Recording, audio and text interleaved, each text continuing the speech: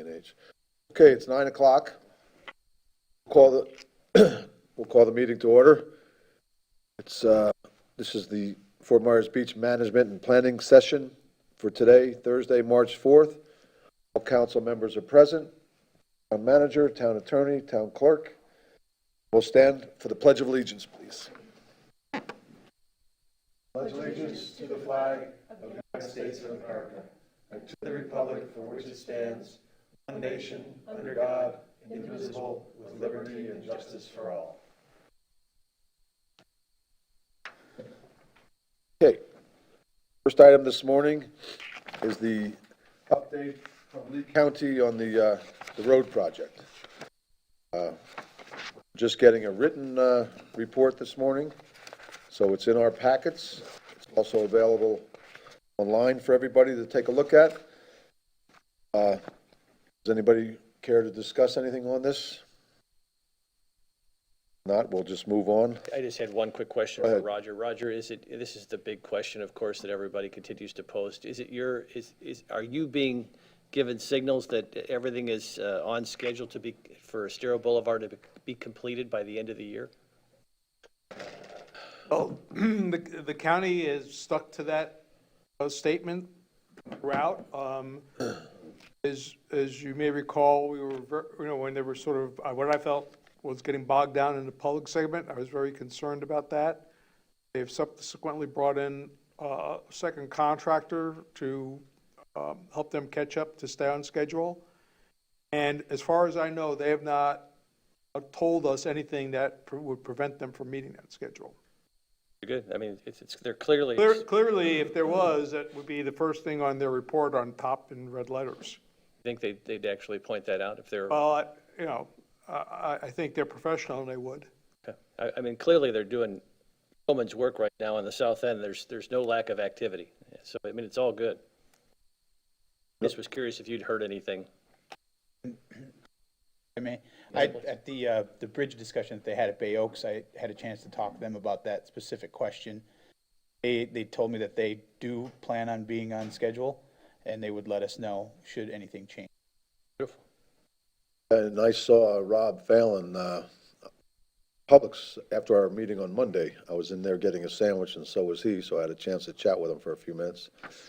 I was kidding him, saying that they're moving so fast down there, you'll be done before the end of the year. And he said, well, I don't think so, but I think we're still on schedule for the end of the year. So I heard it from the horse's mouth as well. Pretty good. So, anyhow, okay, we'll move on. The next item is comprehensive plan update status. Who wants to talk about that? This is someone from the Corradino group. Yes. Good morning, Mayor, Vice Mayor. Mask off. Oh, sorry. Thank you. Part of habit. Habit. Good morning, Mayor, Vice Mayor, members of the council. Thank you for having me here today. Name, sir? My name is Eddie Ning. I am the Vice President for the Planning Division at the Corradino Group and the Project Manager for the Comprehensive Plan and LDR Update Project for the town of Fort Myers Beach. Thank you. Morning.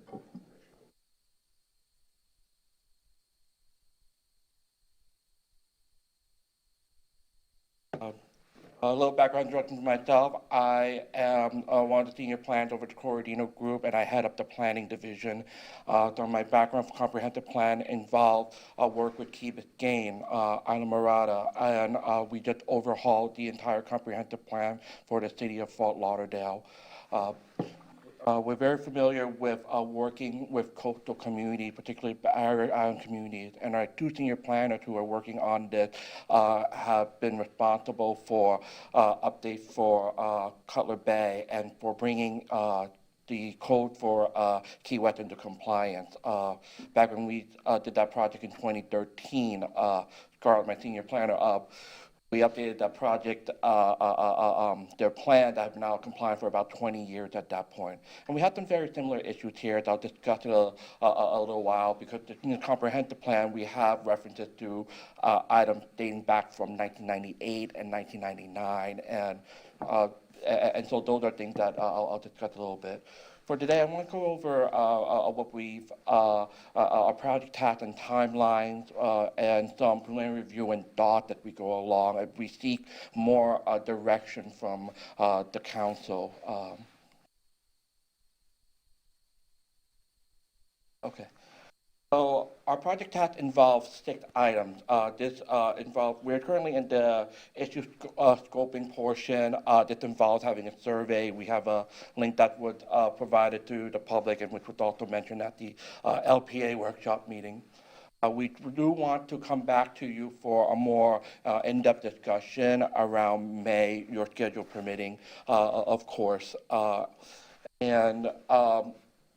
From that discussion and the survey results and our technical analysis, prepare comprehensive plan amendment for your consideration around August of this year. This process will take several months because it's, in addition to first hearing, you'll need to go to the State Department of Economic Opportunity for a 60 to 90-day review, after which we'll come back and we will make any adjustments based on their review comments. Currently, while that process is ongoing, we'll be assisting you with any draft amendment update to your land development regulations, of which we've been working with town staff to identify key items. And we would like to bring that back to you around December for a first reading with our recommendation.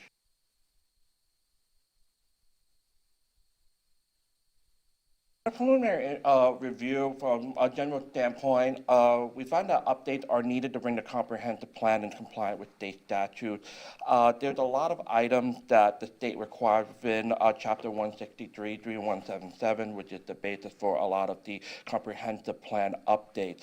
These also mandate specific time frame, generally on a 5 and 10 year basis, where the data has to be updated and provide the basis for the comprehensive plan to be enforced.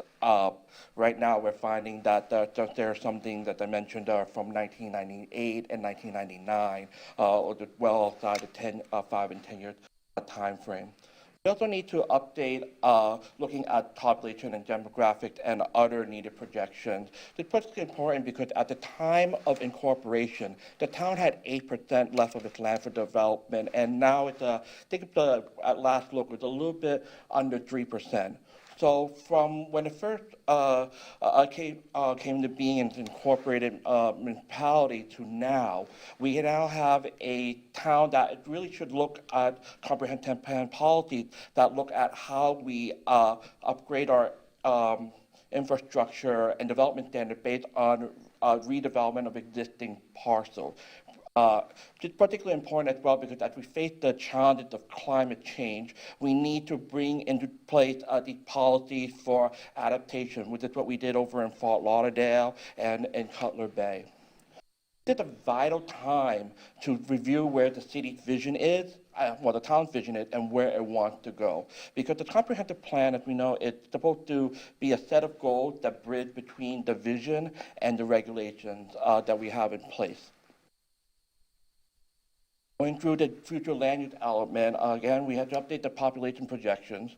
We also have to consider how we deal with a redevelopment, particularly the issue of single-family unit versus the number of rooms measurement. That's something that staff has identified and which we're working with them to find a solution on. Eddie, if I could just interrupt real quick, the population data updates, are you getting new information from the new census? Is that data coming through yet, or is that still in process? No, sir. That will still be under process. Generally, when the census is collected, it takes the census folks about anywhere from 12 to 18 months after completion of census to release that general data set for public consumption. This will probably not be available to about later in the year or early next year at the earliest. Will it come in time to be incorporated into the new plan or no? It will not. But we will be able to use population projections from the prior census, the midpoint at So the statistics may be on a 10-year basis, but at the 5-year point, they do a general summary update, and that's a bit more accurate. And so we can take that data, and it should be relatively stable for our purposes of this planning. Thank you. It's a great question. I want to update the area called the redevelopment opportunities in the next 20 years. Something that we've noted is actually your spread of commercial versus residential. It's very concentrated on the commercial on the end of the island, and there are implications of that. I mean, it's definitely a policy decision. We're not, the council wants to change that distribution over time with the future land use map amendment. When you have a concentration of commercial properties on a very long stretch, you tend to reduce the opportunity for multimodal travel, walking and bicycling, because people don't want to walk or travel as far at time to go to the restaurant for dinner, for example. So there are transportation and traffic implications as well. There are some essential uses that are mandated by either county comprehensive plan or state statutes that are not addressed in the comprehensive plan, like hospitals, urgent care facilities, and assisted living facilities that we would recommend policy for update to bring to compliance.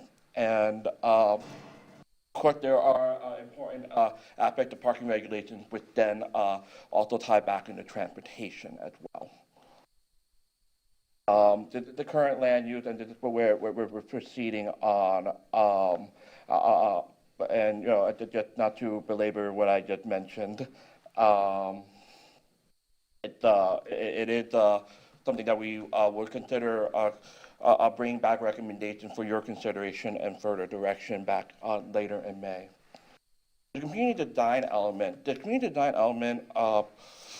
Aspects of it come from community vision in the 80s and 90s, and so I mentioned there's a need to update here. Do we want to, there's some key critical questions. Do we want to reinforce the small town character of Fort Myers Beach? What's the appropriate balance between the neighborhood needs, the distinct needs of residents versus economic vitality and tourism development? This is a destination. It's a beautiful destination.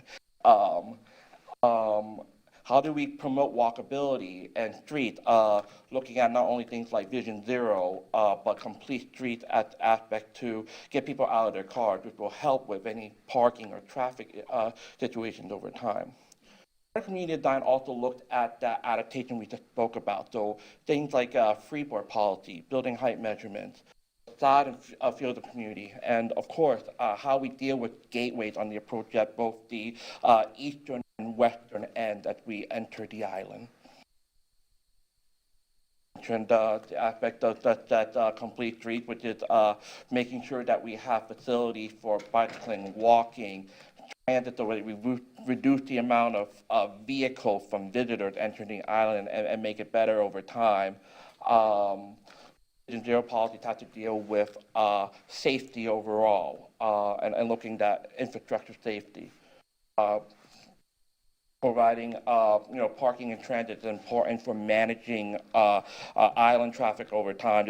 I wrote the transportation master plan for the village of Key Biscayne, and there are very similarities that you see among all island communities when you have a bridge infrastructure coming in with traffic coming in, and there are ways to address traffic over time that we found the policy to be very effective at mitigating that. Within the cultural management element, something that both staff and consultant had identified was that there's a certain lack of post-disaster recovery policy that we found with other communities, and it's something that we want to explore further. Obviously, there are state-mandated requirements that we will continue to look at and update. These include items such as public access to water and recreation, policy for shoreline erosion control measurements, particularly in regard to beach renourishment and how that affects your development right with the coastal construction line and shifting of dune. This is something that's really important that we look at for update, particularly given the town's existing priorities.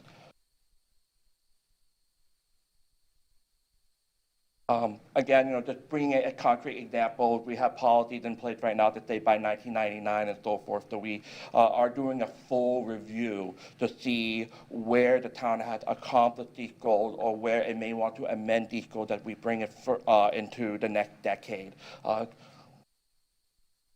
Other elements that we have to consider, we're doing a full review across the board, capital improvement element, underground utilities. Another aspect of capital improvement element involves what I mentioned earlier about redevelopment. Because you have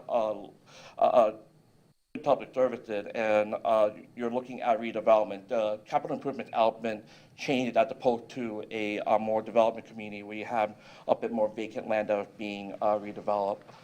There's a need to look at intergovernmental coordination, particularly with the county collection of impact fees, and also how the county addresses policy for affordable housing as well. Utilities element, there's no policy adopting the water supply plan. That's actually needed by state law. I've written about 8 water supply plants in the last 5 years. So, and we know that one is mandated for the Southwest Florida Water Management District, and those policies need to be in place before we go to a DEO review at the state level. Data should also be updated to address conservation and alternative sources of water, as well as conservation, which is an offshoot of the state requirement for your water supply plan for the town.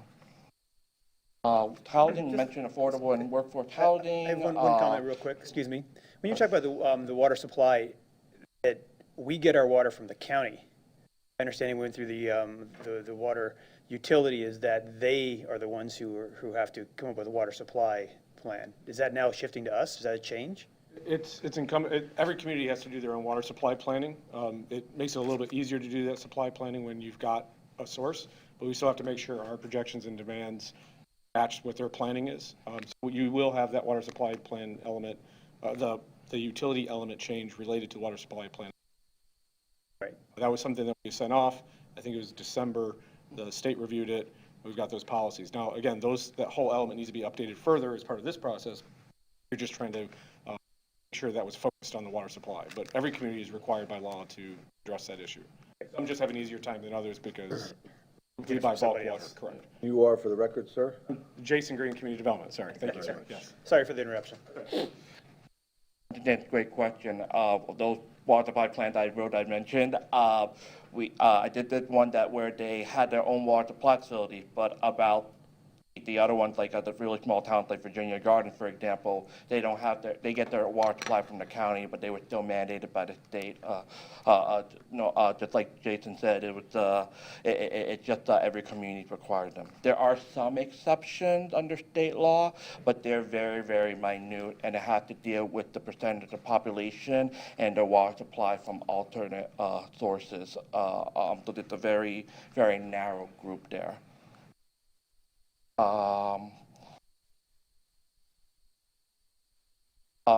Again, some examples of update we see it in the recreation element, where we have policy from 1998 regarding the times of past and surrounding waterways. Something that's really important we look over time with community standards is going back and reviewing what your standards are for recreation and open space. We have level of service standards not only for recreation, but other items within the comprehensive plan, and those are subject to policy discussion as well. We will be looking again at historic preservation, updating it, definitely looking at things that the town has put in place since the incorporation, including not only dealing with policies and looking at policies from Mountain House, but looking at designation of property processes, which is what we had to do with some of our other communities that we updated comprehensive plan, as well as looking at how we support the APAC, the Historic Preservation Advisory Committee at the town. down with those policies. And of course, there are ways to write a comprehensive plan where if historic preservation is a priority or consideration, you can write policy in such a way that capitalizes for or sets you up better for grant and looking at sources of funding, particularly in aiding specific property owners, looking at programs like that. We mentioned dunes and so forth, that's part of the stormwater management element, nature-based solutions, but beyond that, there's also a need to look at how we deal with water, runoff, and how those policies. This policy element has one of the most direct impact on redevelopment because it sets up the framework for those aspects of the land development regulation. So while they won't be as precise within the comprehensive plan, they need, the intent is to set up the direction and some of the constraints for the land development regulation that will come later in the year, Also, need to update the public good element because we're referencing the 2007 EAR and we're referencing the 2000 census school age population and so forth. And we want to come back to the council because we want to see if there are additional areas that we should focus on as well. Are you opening that up for a question? At this Yes, point? ma'am. Okay, I'll jump in. I noticed that you had mentioned up there affordable housing on the screen, but then you didn't say it out loud. I'd like to tell you that I would love to see us put something in to make it more friendly for someone. We need some workforce housing here on the island desperately, and it's never been addressed at all. Almost everything else you mentioned, at least has been talked about in this town, but I've never seen any serious discussion of workforce housing. So if there's any way we can encourage that to happen, I'd love to see that. I do know that Sanibel has like a affordable workforce housing program. They actually have a nonprofit on the island which assists in making it happen. They, my understanding is, get apartments and fix them up, and I don't know enough about it. I should know more, but they have their own nonprofit. Guess the There are locations available too, and coming available. yeah, and I see in the future that there are some places that if we could make it more friendly to develop those into some workforce housing, it would be great. Other things I would mention, you had a series of questions up there under the preliminary review. My answer would be yes to every question you had up there. So I won't focus on those any further. I was pleased to hear you mention climate change. I mentioned that when we had a planning session developing our goals for the council previously, that I was hoping that we could start focusing on that. I think it's very important. We haven't had any super direct effects of that lately, but certainly New Orleans and Miami and other places are, so we can't be far behind. I guess some questions I have is, I'd like to know in the future if you have found a particular town that has a code that you think is just excellent, because I'd like to look at it. So if you could give me some reading suggestions, I'm very interested in that. Another concern I have that I didn't see you mention I have found in reviewing our code that it seems that we've been rather sloppy about when we make amendments, that we haven't been reviewing our entire code to make sure things haven't already been mentioned somewhere else, and we have conflicting provisions, conflicting definitions, the same thing mentioned 18 different places in the code, so it's very difficult for people to find all the references to a particular topic. So organization, repetition, I think are things that we need to look at. Last but not least, I have talked to a couple of folks, and I filled out the survey. I found that the survey was a bit technical in its wording for the general populace to understand what your questions meant. So I'm not sure that the data you're gathering is really accurate, because I think people may be guessing at their answers, because you're using kind of wording that is particular to your field, the same way I practiced law and people used what's called legalese and people could not understand what we were talking about and we needed to be more careful about that. So I don't know if you need to put out another survey, if that would be prohibitively expensive, or some way you could maybe add something into the survey that defines your terms or clarifies the questions. I just want to piggyback on that again, Yeah. Jason Green. I think that's a critical point, not just a survey, but moving forward with public outreach, Yes. public input in general. Yes. So if you're going to get to that, or if we can circle back to that, because I think that's a key part of COVID and everything else going on. How do you foresee us, and what's your suggestion? You would like us to move forward with that? Yes. The old school way of just having charrettes and having people come pile into a room and work through 5 or 6 hours may not work. So we need sessions, technology, virtual town hall meetings. I mean, there's different ways we can do it, but Nice thing is everybody's, well, not everybody, but many, many people have become very familiar with Zoom and are less afraid of it than they were a few months ago. So if we want to gather some info that way, I think that would be a good way to do it. But I don't think we would necessarily have to do everything in that fashion. As we're getting more vaccines and things, people are more comfortable coming out. So I'd like to also we're have. hopeful that that'll help, but at the same time, schedules, we want to keep moving and doing. But I think it's truly important to make sure that people understand the terminology that's being used. My list. That's all? Anybody else have some? I would just say, Eddie, one of the intriguing things about your background is your experience in other communities. And there's two aspects of this process that I see, that there's the technical compliance, the need to bring our comp plan into compliance, and that's important and technical. But there's an opportunity to update not only the vision, but what we focus on and how we focus on challenges for the island. You've seen what's worked in other communities. My challenge to you is, if you've seen some best practices that you think are really applicable to Fort Myers Beach, don't be shy about presenting them to the council for consideration. We may not think they're applicable, but please challenge us with those best practices, because we still have got traffic problems. We've always had traffic problems. Heard lots of discussion about it. But if you've seen some things that could have a dramatic impact that are happening in other communities, please aggressively present those to us.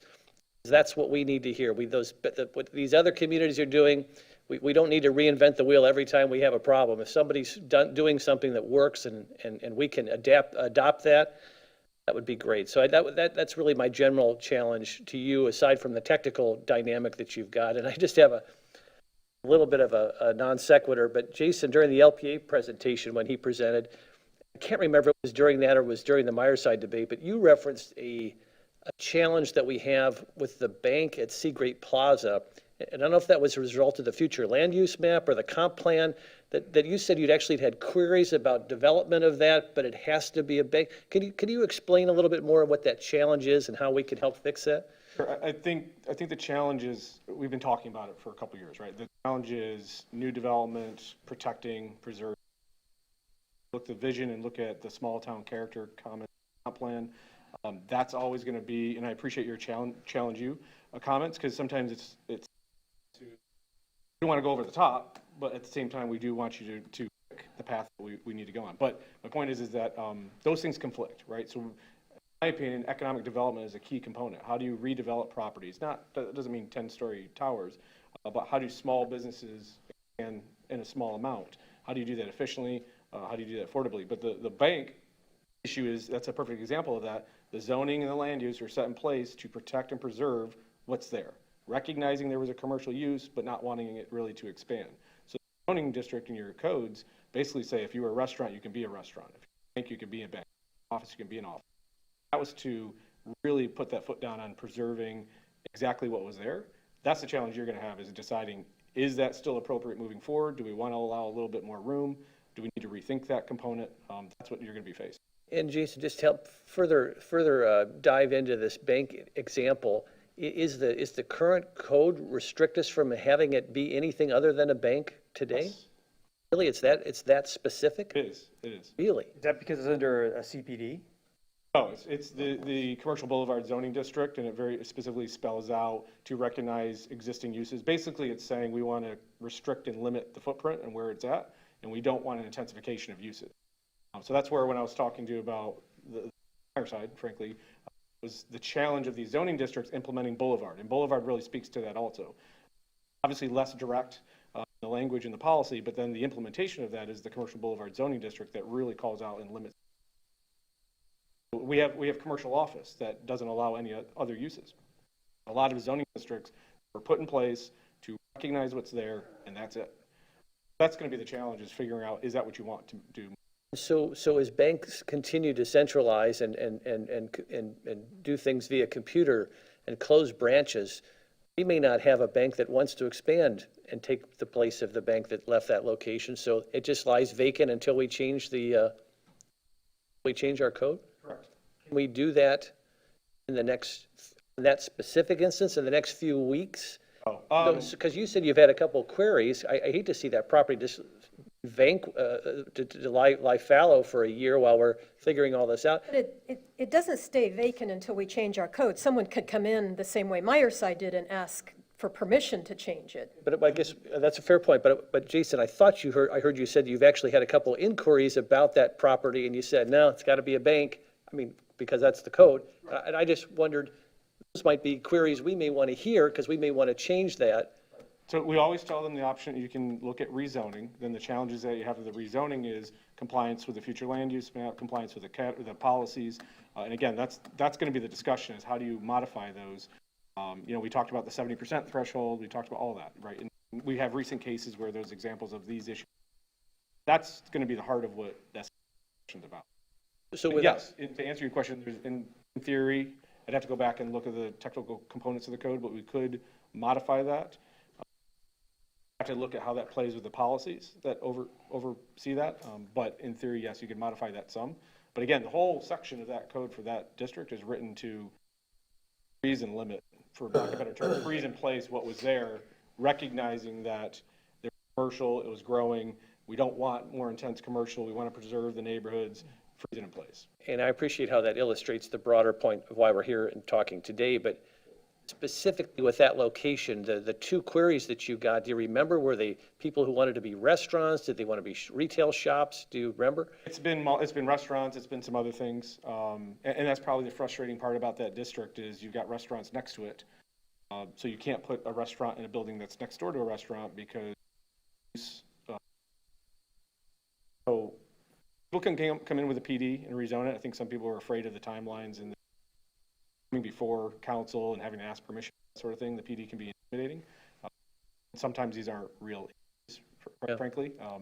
Would you, aside from the comp plan, would you think about some action items that maybe the council could do to expand the potential for that particular property? Because I just don't see a lot of banks opening brand new branches. Doesn't seem to be the national trend, and I hate to see that just stay vacant. If there's something clever and innovative we could do to make somebody who's got an idea, I'm not suggesting what it should be, but if somebody's got a good idea, I'd like to reduce the barrier a little bit, so at least we could have an opportunity to consider it at the council level. And I don't want to oversell. I think the short answer, Counselor, is if one of these queries was a good, viable, bona fide, with resources type of thing, and it made sense to us, we would bring it to you and say, hey, we've been approached by a person or group who wants to do this there, and it doesn't quite fit into the hole the way the hole is drilled today, but if we sort of ream out the sides, we could make it work. Would you like us to do that? But until we have that sort of prospective person or entity, we're kind of guessing what to change it to. So we just kind of wait for that process to work itself out. But at some point in time, I'm sure that someone will, and it will be viable and will be something that the LPA and the council could support. And whether we bring that forward as a staff-initiated change versus as a property owner change to try to help the process, we could all discuss that once we have that sort of viable offer. Okay. I And those just, are almost verbatim the words that we try to use. You know, it's not a, this is what you are limited to. It's, there's other options, there's CPDs. If you really have something that you want to do with it, talk to us and figure out how realistic that is.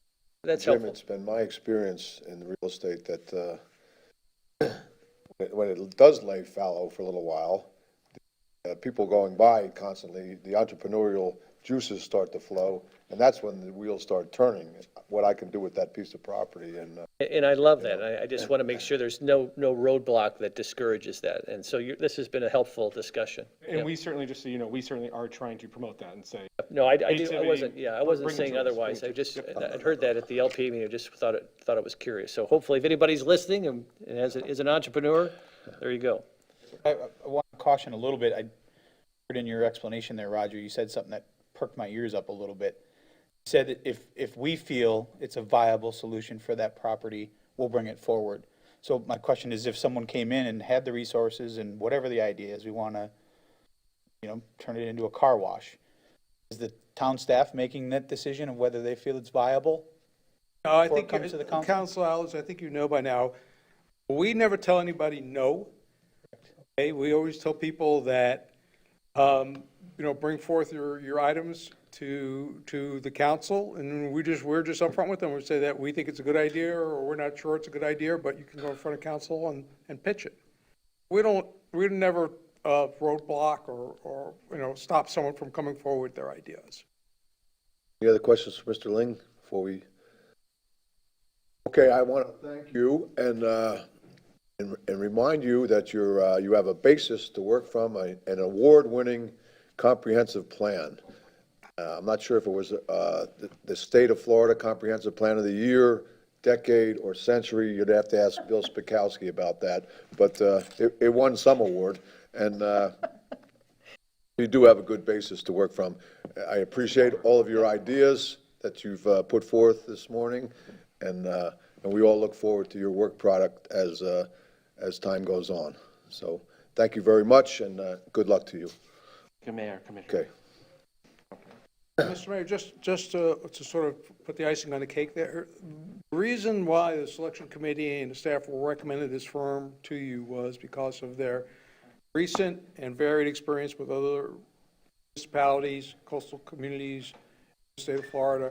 So, as Vice Mayor said, we're not starting with a blank piece of paper here. They know what's worked in other communities. They know what sort of the decision points of the community leaders are as a result of those efforts in those communities. And therefore, hopefully, because of that, we can sort of get to the questions that need to be decided by the community in terms of setting forth its future vision through the comp plan and putting the land development code up to support those visions. Okay. Thanks for the icing. Okay, next item is the preview of the draft updated website. I see that Jenny Dexter, our PIO, is here, and want to address this, Jenny? Jenny Dexter, the communications coordinator and the PIO for the town of Fort Myers Beach. Is getting the, has it up? Awesome. Loaded. So we, over the past several months, have been going through a redesign of the website. A small team to change the look of it to reflect the branding and also to make it comply with ADA standards, and also to kind of restructure how we navigate through it based on feedback that we've had that it needs some updating and some easier use or easier for customers to use. It's currently difficult, we can admit it. So I think I've heard the term clunky. So we've worked with Civic For Plus, other which is our, terms, but I won't mention them right. we've worked with Civic Plus, our content management vendor, to change right now we've just changed up the homepage and the internal pages, and we're not launching yet because we have a lot of content still to move over and rearrange after I show you this, but this is just the preview. So just, based on the comments we've received, things like after-hours help, we've tried to get that right there up at the front of the screen in red. But we have a variety of icons for commonly requested information. See the $7, concept for highlighting those.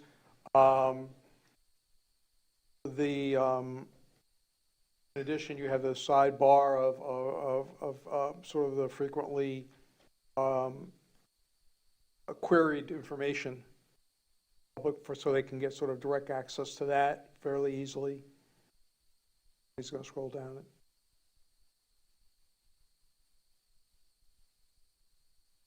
Sorry, this is slow.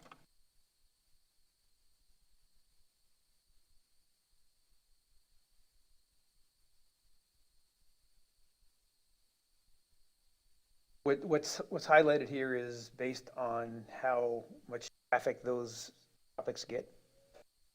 The sand dollars, yes. Those are the most visited parts of the site for the most part.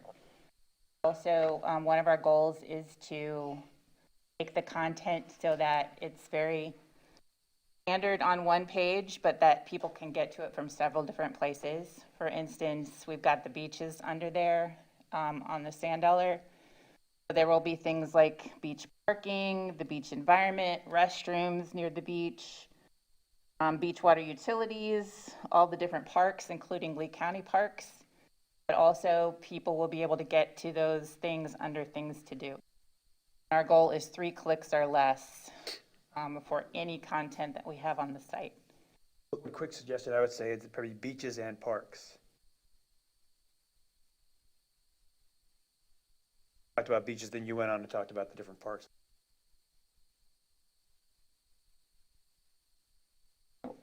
Will the search engine be updated as well through this process? I heard you say 3 clicks or less. It's using like the Municode website, for instance. You type in one word, and it gives you pretty much anything you're looking for that contains that word. Right now, I know it's fairly difficult to do that on the website we have. Is that going to be part of the updated version of this? So explain a little more how it's difficult. So, for instance, if you want to type in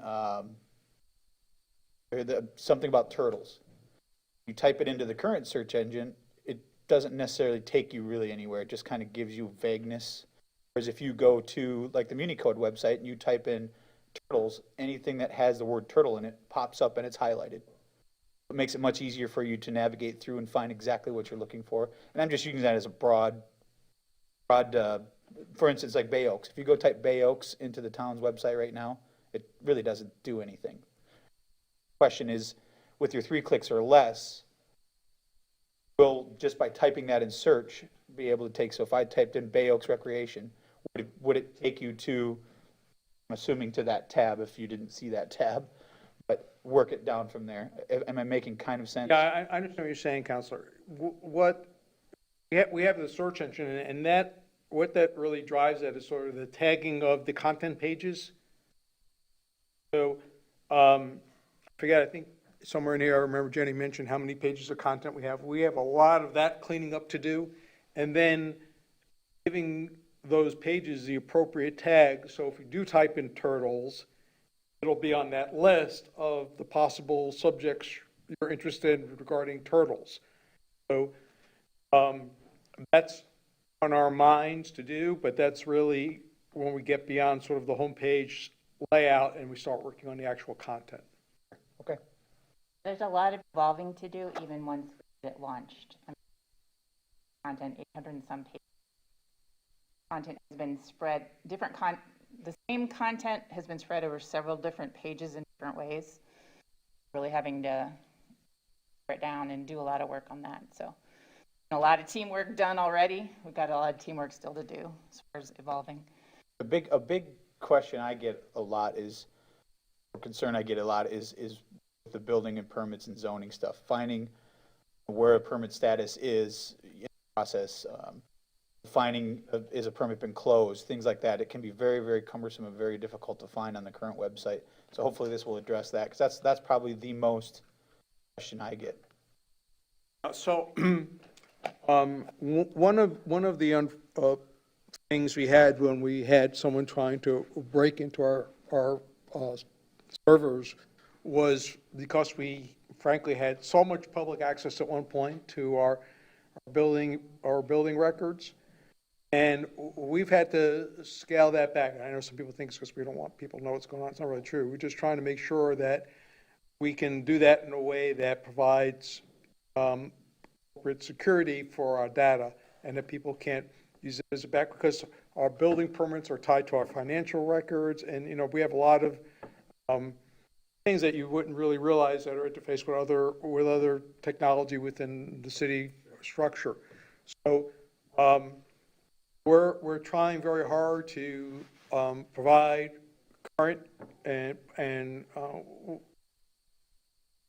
public information people are interested in seeing, but we also have to be careful about that element.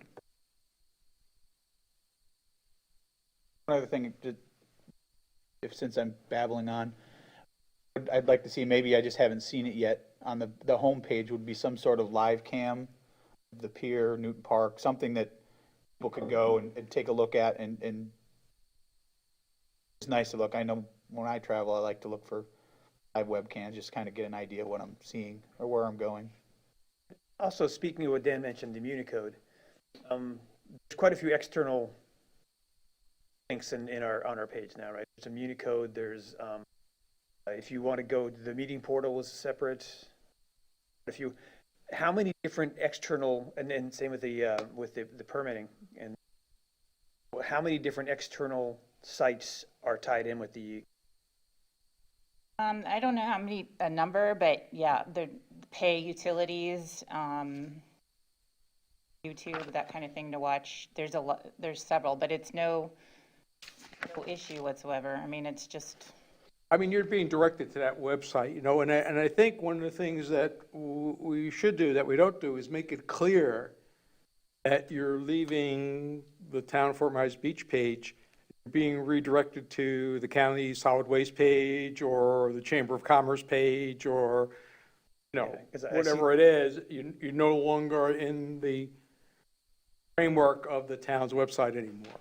I know that there's a lot of sites you go to that and they'll do just that. When you're leaving their site, going to an external site, then they'll let you know, and they're letting you know because they're not really responsible for that. Right. Out of their control. But then you get a nag screen saying, okay, yeah, I know. That's a very good point. That's a good alert to see. Often, I know personally, hitting the back button, you know, it tells you you're getting redirected to some other website. You don't usually use the back button. You know that you have to go to the other window, and it can, not to use the word pass the buck, but it essentially passes the buck that you're no longer surfing in our space. Yeah, I think what you're alluding to, Counselor, is that I think I found what I want, so I click on the link, I go there, and now I start looking at it and say, no, that's not what I want, and now I can't easily go back. Right. Or it's got a whole different look and feel to it. That too. The issue would be that you want it to say, you want people to understand when they're leaving our page that it's going to look different. Well, just that they're leaving towns. And especially if you're going online to pay your water bill or some other kind of bill that you're going, I don't remember seeing a pop-up that says you're going to a secure site. A lot of times, Home Depot, for instance, you're going to pay your Home Depot credit card bill. It tells you you're leaving the website and you're going to a secure website that is not part of the Home Depot's main website. So you know that you're not just going around on the server of the town. We'll try to improve those disclaimers. And so also at the bottom, we have a popular pages. We have a lot of information that people want on the homepage. Every time somebody says, can you put that on the website? They want it on the homepage. So it's really a challenge for us to be able to have those there. And there is a traffic cam list, traffic cam at the bottom of this popular pages, because that is one of the things that people visit on our site for sure. Probably be at the top. And also, as you can see, since we're focused on water quality initiative right at the moment, we have the option to highlight kind of topic that we're involved in the popular pages. You can see the calendar there. We tried to make it a little more type a little bigger and a little brighter and that kind of thing. And then also the calendar you can get to from the left-hand bar if you see that. They could also get to the calendar under one of the navigation letters at the top. So here's what the second page, interior pages are going to look like. One of our other goals is to just use a lot more pictures than we have used in the past. And we can change those up and make them scrolling. We can use drone footage, videos, whatever. We'll be evolving a lot of that over time also. Is it when you had your popular items? Sorry. Popular items, I noticed that, most like commercial websites I go to, they have a lot of, bottom of the page is almost always full of fairly small print, direct links to a lot of pages. You can fit more items in there and just, you know what I mean, it has have a structure, contact us, who we are, et cetera, et cetera.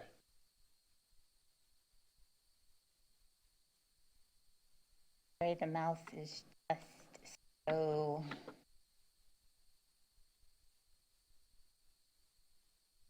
You have this in pretty bold print, and if you go to a lot of sites, almost any like big commercial site, on the bottom they'll have kind of like that, but then instead of just the addresses, they'll also have links out of the popular. Yeah, so like Mound House, they can click there, and Bay Oaks and the pool. But also, they could report a concern from there too. They can report a concern in the nav bar, report a concern in one of the $10. So, trying to repeat as possible. It's like bold print on a 90-inch screen.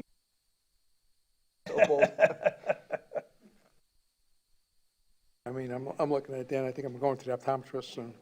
I can tell you from here, I can't, it's difficult to make out, so I can imagine on a screen. On the popular pages or the bottom? Popular Okay. pages. Also, just like with Mound House, it has its own website, as you were mentioning the vendors. So we're not going to repeat a lot of that information if they have their own site. We're going to just click right straight through to that particular website. So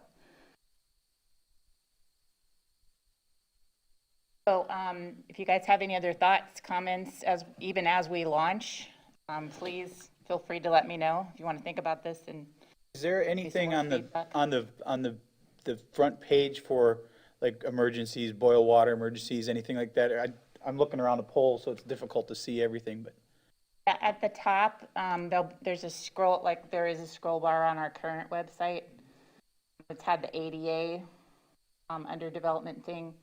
You can change that to any emergency information that we need to have right at the top. very clean, very modern. Any other questions? Jenny, I really like the look. I like the colors. I just like the layout. The pictures are great. I'm curious. I know this is a work in progress, but Really. can you talk a little bit about the meetings or watch meetings strategy? Are we gonna, because you can watch council meetings and LPA meetings on the town's website, but the advisory committees you can't. It's hard to figure all that out as to if you wanted to watch, public safety or one of the other advisory committees. It's hard to figure out how to get from A to B to know when they all are. What's your vision for the whole advisory committee, town council, LPA meetings in terms of will it be through other entities or will it be on our own website? What's the broader vision? I know you're just working through it. That's okay. The watch meetings would go straight to the YouTube channel. Meeting minutes and agendas is where you're going to have what's currently there now, which is also, you could go to a link on that page to watch the meetings. So watch meetings is going to go straight to where the YouTube, like today. If you wanted to see past meetings, what would you If do? you want to see past meetings, you go to minutes and agendas. And will that be the town's archives or do you go through other sources for that as well? It's the archives the way they are now, where we launched with Civic Clerk a couple months ago. You can watch old council and LPA meetings, but not old advisory committee meetings? All of the old advisory committee meetings too, are on YouTube. And those, oh, on YouTube, but those won't be on the town. But you watch the old council ones, you watch those on YouTube or on the towns, via the town? You can do both. Videos are up on the, We've only been using YouTube for a couple of years now, so that'll only hold a couple years' worth of council meetings, LPA meetings, and advisory committee meetings. Prior to that, when we were using Minute Track, we had council meetings that are archived through that program, but they're all on our website. The Counselor, the evolution was that municipal meetings started being televised on cable. So you could watch on cable and there would be replays on cable. And people who didn't have cable couldn't see the meeting. So eventually that got augmented with some type of internet type of video. Now, frankly, the trend is everyone's watching everything on the internet. So we have our meetings, of course, that are still on cable, but really the archiving is done via the internet versus storing a video on our website and taking up server space. Besides the videos, I think you know, besides the broadcast video and the YouTube video, for every single meeting we have a CD, we have a little camera recording that meeting. If someone said that, I don't know, I'm in Fairbanks, Alaska, and I want to see the meeting, and I don't have the internet, can you send me, and I still have a CD player on my 1985 HP, can you send me a CD? We could send them a CD. And that's very helpful, and but I would just, so you won't be able to go back and watch older meetings, our own archives on the town, is that? You can watch what we have. So Goes back a year. if it was captured via YouTube, you can go back and watch it via YouTube. It was pre-YouTube days, correct me if I'm wrong, Amy, then we have it in a medium of some form that you could watch it on. And thank God a lot of that old stuff is not available. I'll tell you, that would have changed the political careers of a lot of people had they been televised back then. Usually the archive meetings too, Jim, on YouTube are available faster than they are. They're usually within a day. If the LP meeting's on, usually within a couple hours, it's on there that you can find it. I guess being somewhat technically challenged, the ability to find those on YouTube is challenging for me. I'm sure the town system's fine, but I have challenges, and I assume others do as well. So I'm just trying to understand it better, yeah. Just to help you, if you go to the search bar on YouTube and type Town of Fort Myers Beach, all our videos will pop up. And you can It seems like when I do that, I get a very eclectic display of oddball meetings that without any particular order. You follow the Town of Fort Myers Beach YouTube page or channel, and it shows you everything right there. Okay, And once you've basically subscribed to it, that'll be the first thing that pops up. Okay, very good, thank you. Kenny, are you going to continue to have that mayor and council page where people can go to that? Do me a favor, go in there and try to make my picture look like it did 26 years ago, okay? I'm trying to keep up with Adderholt's high school picture that he keeps running. That's a college picture, by the way. Oh, I'm Yeah, sorry, yeah. I'm sorry. But anyhow, thank you very much for all that information, and if there's no further questions, we'll move on. Thanks. Jenny, hopefully you'll stay for the next segment. okay. I've got a couple thoughts for you for the next segment. And by the way, this is a work in progress, so if you have an epiphany tonight at 2 o'clock in the morning, please call us tomorrow or next week or next month. We're still taking ideas. And once it launches, it will still be evolving, so we need all the feedback that you, Oh, yeah, work in progress. Do we have an estimated launch date? maybe a couple months, because we have all that content to change over and organize in this format, so. We'll all look forward to that. Okay, thank you, Jenny. We'll move on to item D, which is code enforcement strategies. So this is in response to Councilor Adderholt's request for Ms. Burchard to replay the presentation she made to the LPA. That is partially correct, Roger, and I appreciate all that. I also Was hoping to hear from John a little bit about the special magistrate process. I'm hoping with Jenny here, we can, this morning, briefly as possible, come up with some best practices. My ultimate goal would be a press release from Jenny at some point, or a link on the website that says, some sort of almost like a David Letterman's top 10 ways to never come into contact with Fort Myers Beach code enforcement in a very fun and friendly way, because the objective is not only to understand the new philosophy of the town, but also to educate our citizenry in some of the most common ways they come out of compliance with the town and what they can do to avoid doing that. And I hope Jason's here as well. I think, or I think he could be helpful too, if Jason's listening and can come back. I think it's really helpful for people to know why folks are getting a skew from the town and the town's code enforcement, permitting process, and all the challenges that that we face staying in compliance with all the appropriate ordinances. We can better educate folks in advance, so we never have to have them in trouble. So I'm sorry, Daphne. That just to set the table in a broader sense. That I thought the conversation you had with the chair of the LPA the other day was really helpful. But I also want to drill a little deeper on that as well, so we can educate folks in advance. Daphne Saunders, Community Services Administrator. First of all, I'm here. We can talk about building permits. We can talk about whatever you guys want to talk about. Oh, let's not. Okay? Let's keep it, I'm let's keep it I'm focused. just saying, I mean, you know, I'm here. So I'm here to answer your questions. And I certainly appreciate this opportunity to engage with all of you with regards to code enforcement. Before I launch into that part of it, first of all, I want to say thank you to all of you. Now, I'm sure all of you guys know that my husband is the chair of the Collier County Commission, or was, during this pandemic crisis. And this kind of goes along with some of your past counselors as well. People are just angry out there right now. You know, my guy didn't win, my guy won, I don't want a mask, I do want a mask, whatever it is. And the position that you guys are in right now, and it's tough. I mean, it's tough.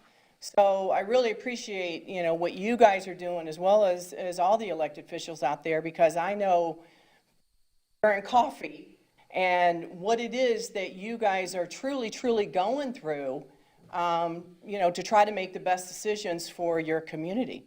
You know, I mean, it's not easy, you know. Going along with that, I also want to tell you specifically as a council, thank you for being who you are. I mean, Roger, John, myself, I mean, I can't tell you, Jason, we have worked with numerous missions and counselors, and you know, that have some nastiness involved in them, and they are ego driven or you know, power hungry. And you know, kudos to all of you guys that you're not. You are, I mean, and I'm saying that really from the bottom of my heart, because you guys are actually out here and you are really trying to do what is best in your minds and in your hearts for the community, and it's not driven by ego or power or anything, much like my husband. I'm just going to say, you know. Well, flattery will get you everywhere, Daphne, Well, but let's move on. I'm not saying that for that reason. I'm saying that because of my experience and some of the councils that I have worked with and the commissions, and you guys are doing a fabulous job. I mean, from the bottom of my heart, thank you. Thank you. I want to dovetail off of that for just one teeny tiny second and express the utmost gratitude and appreciation for our staff. Because I'm going to tell you, and like I said before, the people out there, they're angry. And we understand that. And a lot of times when the call or the level of frustration escalates to a phone call to you guys, a lot of times it is because the person isn't receiving the information that they want. They want us to tell them how they can build the house on this little property, and we can't tell them that. You know, we're not design professionals, and we're not, you know, our staff is there, and I'm going to tell you, every single day, every day, I get a call where somebody is yelling at me. Somebody is telling me they're going to have me fired. Somebody is telling me that I work for them because I'm paid by the taxpayers. They are angry. I mean, this is no lie. I said, look, I got a call the other day, and I explained the process to this person, just yelling. I said, look, if you just need someone to yell at, I'm here. I will listen to you all day, because the bottom line is, honest to God, I have compassion for everybody, for both sides. I have compassion if you are a homeowner like yourselves here on the island, and you are upset because your island community 20 years ago is not the same because you have investment short-term rentals next to you. But I also have compassion for the short-term rental people that are here and they're exercising their property rights to rent and invest. I mean, I have compassion for everybody. You know, I try to listen to what people say, and sometimes, and our staff is amazing. So whether you are our staff here, or my staff in community development, or water, or public works, or finance, or at our level, or the state level, or the federal level, my best friend's a federal agent, all government employees, thank you, because this is a tough time. It's a tough time. And thank you for coming in and sharing your life with us. So now let's move on to Next item on the agenda. code enforcement. Code enforcement. So what happened was, I overheard, the way the discussion began was a member of the LPA was talking about not understanding being able to call in anonymously and create a code complaint. And that in her opinion, that kind of pitted neighbor against neighbor. And that's how the discussion started with the LPA. And what I wanted to explain to everybody is that we do have a process that you can anonymously call in a complaint. You know, I suppose that you could make a policy that we do not accept anonymous complaints. However, I think that kind of goes against the code enforcement, the reason for code enforcement. And really and truly, the reason for code enforcement is to enhance your quality of life. And unfortunately, neighbors do pit neighbor against neighbor trying to use the code enforcement process, but that only works if there's a violation. If there's no violation, we investigate it and it goes away. And that neighbor can call again 3 days later and say, you know, I see a box of tissue paper in the middle of the street. Is that a code violation? And we're like, no, that's not a code violation. So the only time that it escalates into anything is if there is a violation. Our process is, and this is what it's written back here, it's engagement, education, and compliance.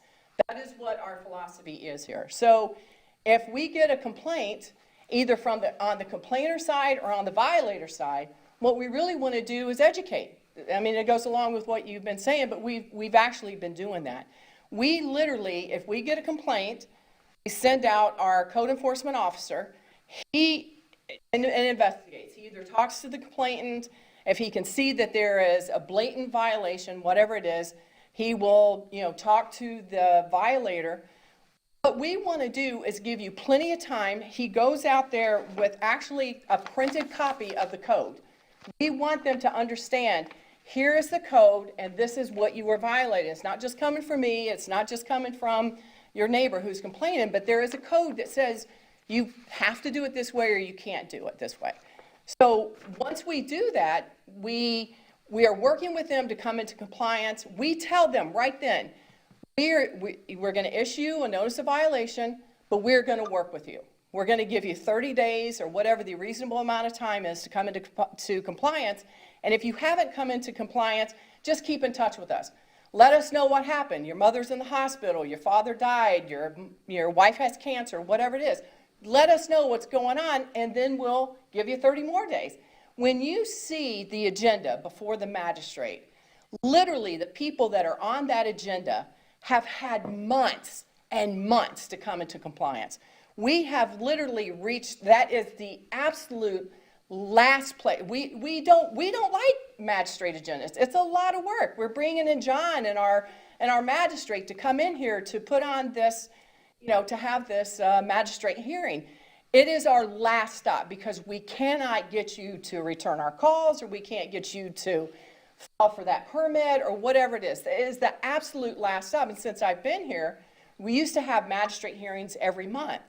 We cut that out. it's every other month, and hopefully, we don't even need it then. City of Naples, they can go months without a magistrate. Well, they don't have a magistrate, they have a planning board, but they can go 2 or 3 months without a planning, or I'm sorry, a code enforcement board hearing. That's my goal. And the reason that we do have these is, like I said, we have gotten to the point where the violator is just not working with us. So when you are watching, or anyone is watching this on the TV, the special magistrate hearing, it is because there's nothing else for us to do. We can't do anything. We bring them to the magistrate and a fine is imposed. Now I'm going to tell you, at that point in time, the magistrate gives them more time. So by this time, they've had 3 or 4 or 5 or whatever the amount of time is, months, to come into compliance. The magistrate gives them even more time. She gives them whatever we ask for. We ask for 7 days, 15 days, 30 days, whatever it is to come into compliance. After that day, then there's a fine that starts ticking. So they have now had a tremendous amount of time to come into compliance. So there's a $250, $150, whatever the fine is ticking. So then if they haven't come into compliance now, at the end of that 30 days, now let me also add that because we have our magistrate hearings every other month, they're basically automatically given another month. We're not even counting to come into compliance. So then we set them for a motion to impose the lien, a hearing to impose a lien. We come in here, now they're going to fight again. They're going to say, well, we should have never had this. I don't understand this. The violation was already ruled on. Now there's a hearing to impose lien, and the lien is going to keep ticking until you come into compliance. Now, I'm sure you guys all received an email recently about what happens once a lien is imposed. We've got an order from the magistrate. She says now this amount of this fine that you haven't come into compliance, that you haven't cured, is now officially a lien. So it's filed with the Lee County Clerk of Courts. At that time, any property that property owner owns is automatically attached through the Lee County Clerk of Courts. It's not a process we do, it's just the process. So if citizen A has 7 properties and property number 1 is in violation and he gets a lien, that lien attaches to all the other properties. Even though there are it's automatic. That's the Florida statutes. That's the way that works. It's not our procedure. That's the way it works. Then at that point in time, if they want to sell property 6 and property 6 has no violation on it, it's still attached by property 1's lien. So then they have to finagle and work or theoretically come into compliance. You have to look at all factors, before it comes to your town manager or me or whatever to give you the information that he needs to partially release that property. You look at the impact, how much time did they, take to come into compliance, what their fees are they working with? I mean, it's just, it's pretty significant what's going on here. So what I want you guys to understand at this point is that we are complaint driven. We get a complaint, we're not out there, with the exception of work without permits. I have one code officer, our part-time code officer, that's specifically looking for construction sites so we can make sure that property owner is being protected, because at one point in time, this was just the wild, wild west, and contractors were out there just telling the homeowners that, not all contractors, but telling the homeowners that, I've got your money, I'm going to do everything, and then they were never getting the permit. So ultimately, as we all know, when there is a violation on a property, it goes with the property owner. It's not the contractor that's getting in trouble, although I've worked with the state attorney's office and to try to go after those contractors and DBPR to file complaints against those contractors who are not actually coming in and getting the permits that they should be getting, because ultimately it's going to come back on the property owner. We have one code guy out there that is looking for work without permits, and the rest, everything that we get in January and February this year, we've had approximately 100 complaints in 2 months. We have 1.5 code officers that go out there and engage, educate, and then work towards compliance with these 100 complaints that we've gotten so far. I think we're doing pretty good, statistically speaking, because on our magistrate hearings, you know, they are less and less. And I will say that the two biggest complaints that we get are work without permit, most of the time we're already on it, and short-term rental issues. You've got a string of property owners, and this is one of the conversations I just had a couple days ago, where this property owner is just beside themselves because they have a short-term rental that is supposed to be, it's a monthly rental, so you can only rent it a minimum of 1 week a month, and they rent it every weekend. And that person has come to the code enforcement hearings, or special magistrate hearings.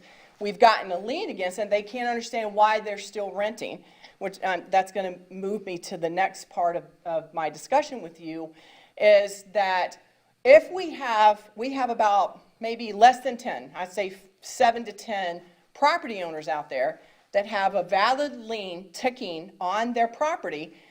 Lien, and John has said this a million times before, code enforcement really works for those people who want to come into compliance. Code enforcement does not work for the chronic violators or the people that continue to break the rules. That lien cannot make that person follow the rules.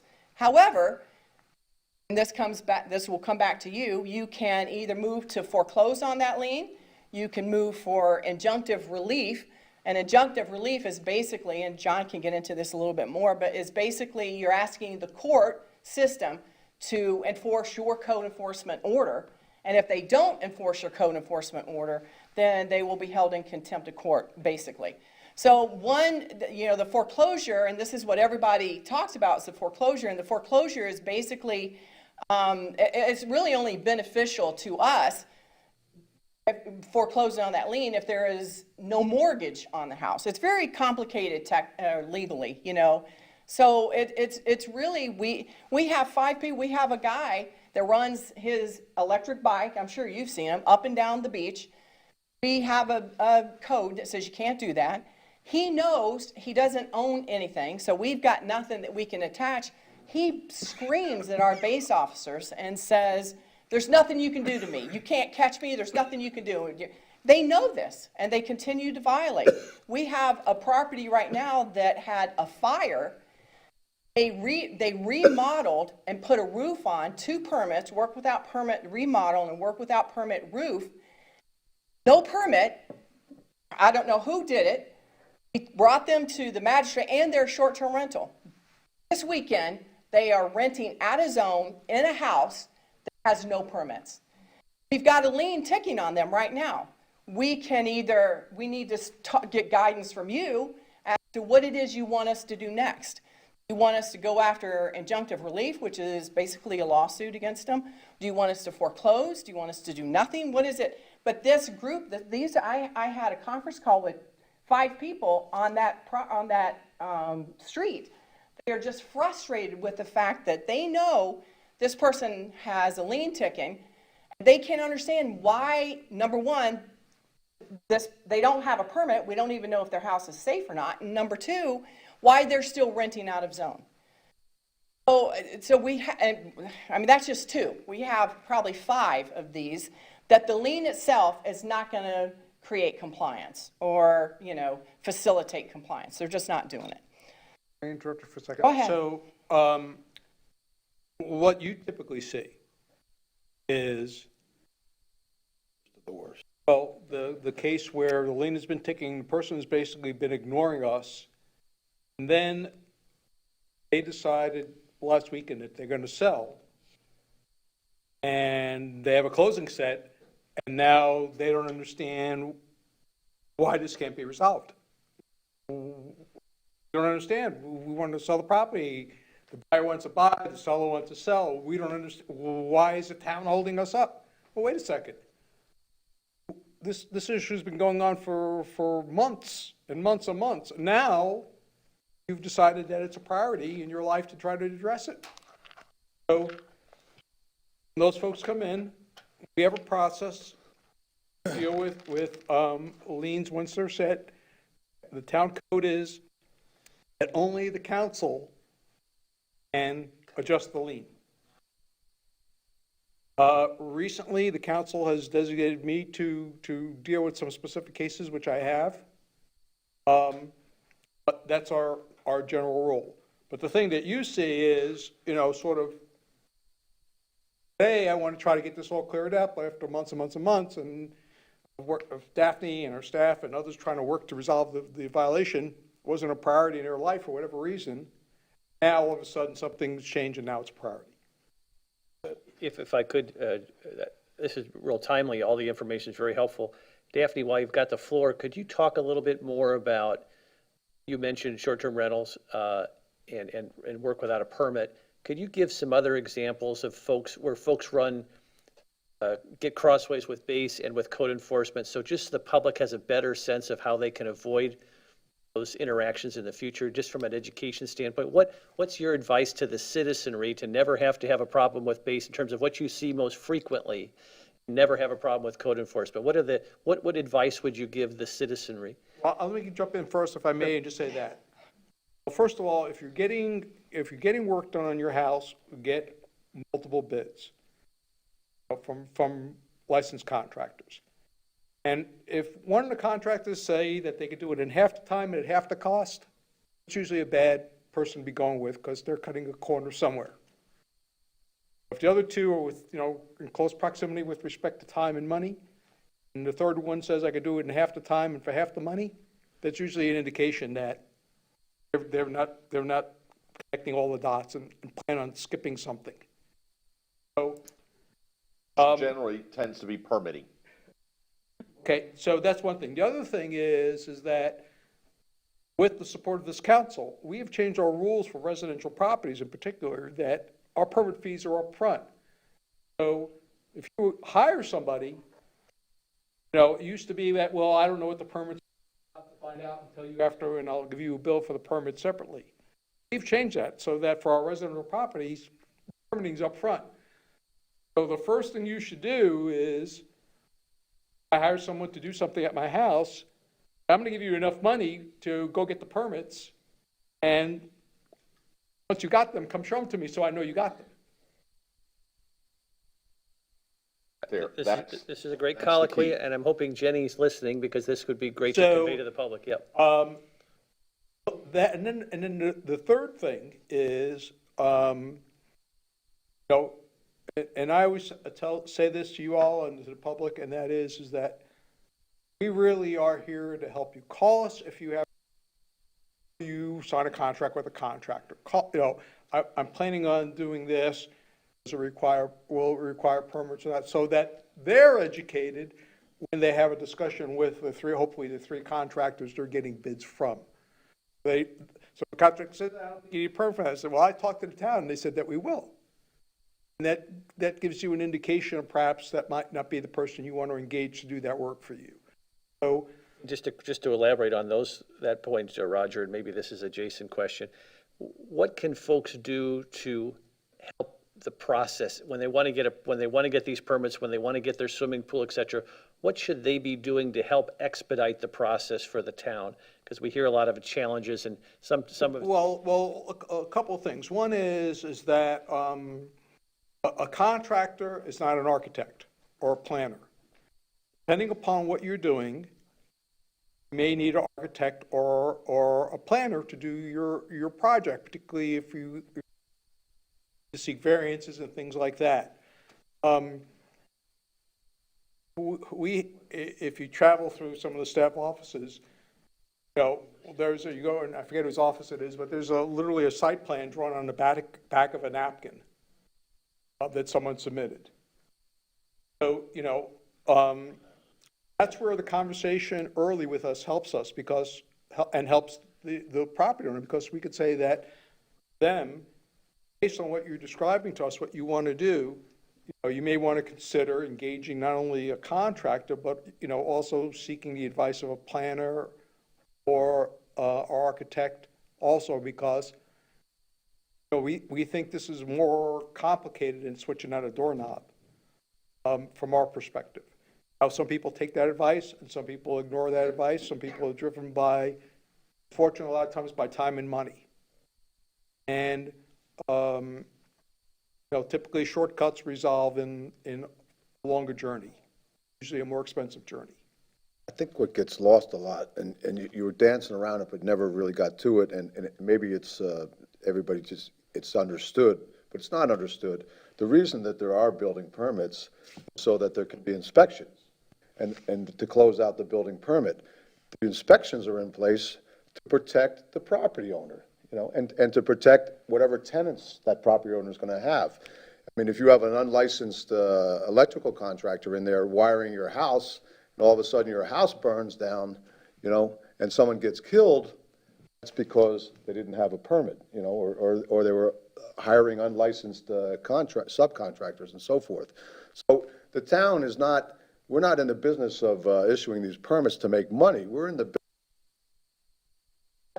people within the town, and to protect the families of these townspeople, and also their guests and tenants and so forth. So, I mean, that's what has to be remembered when people say, "Oh, we can do it without a permit," blah blah blah blah blah. You're missing the whole point of getting a building permit, and that to me is the whole point of getting it. And part of what I believe this discussion was started out to be was, how do we keep people from getting involved with having to come in contact with code enforcement? I can tell you a lot of the discussions that I have, a lot of the frustration, as you were saying, Daphne, comes from communication, or lack of communication, or not being able to find information, which goes into the new website and finding ease and stuff like that. I think if a lot of that can be caught before we get to the point where they have violations and liens and things like that. I've had several people come and say, I've been trying to get some direction as to where I go to get the paperwork, or where I go to get this to simply put up a fence, or simply do this, or I want to do it myself, but I want to do it the right way. And after months, they get fed up and they just do it. And now they're in the crosshairs of code enforcement, and we're right where we're talking now. So I think the more we can direct them in the right direction, or as Jim was saying, a basic, here's your permit fees. First step in it was a great suggestion. First step in if you're going to do anything is take your permit fees, have your contractor come into the town, we'll pay for it, you know what you need, go from there, let them do the legwork, and the homeowner doesn't have to. So I think the more we can head it off at the pass before it even gets to the point where they have to come in and yell at you every day, or send us emails about why they don't have this or why they don't have that, it comes with communication at the beginning. Nobody likes to wait, myself included, if we live in a world where I can go to Google, type something, and get my answer now. I want the answer now. My package is delivered from Amazon today. I want it now, now, now, now, now.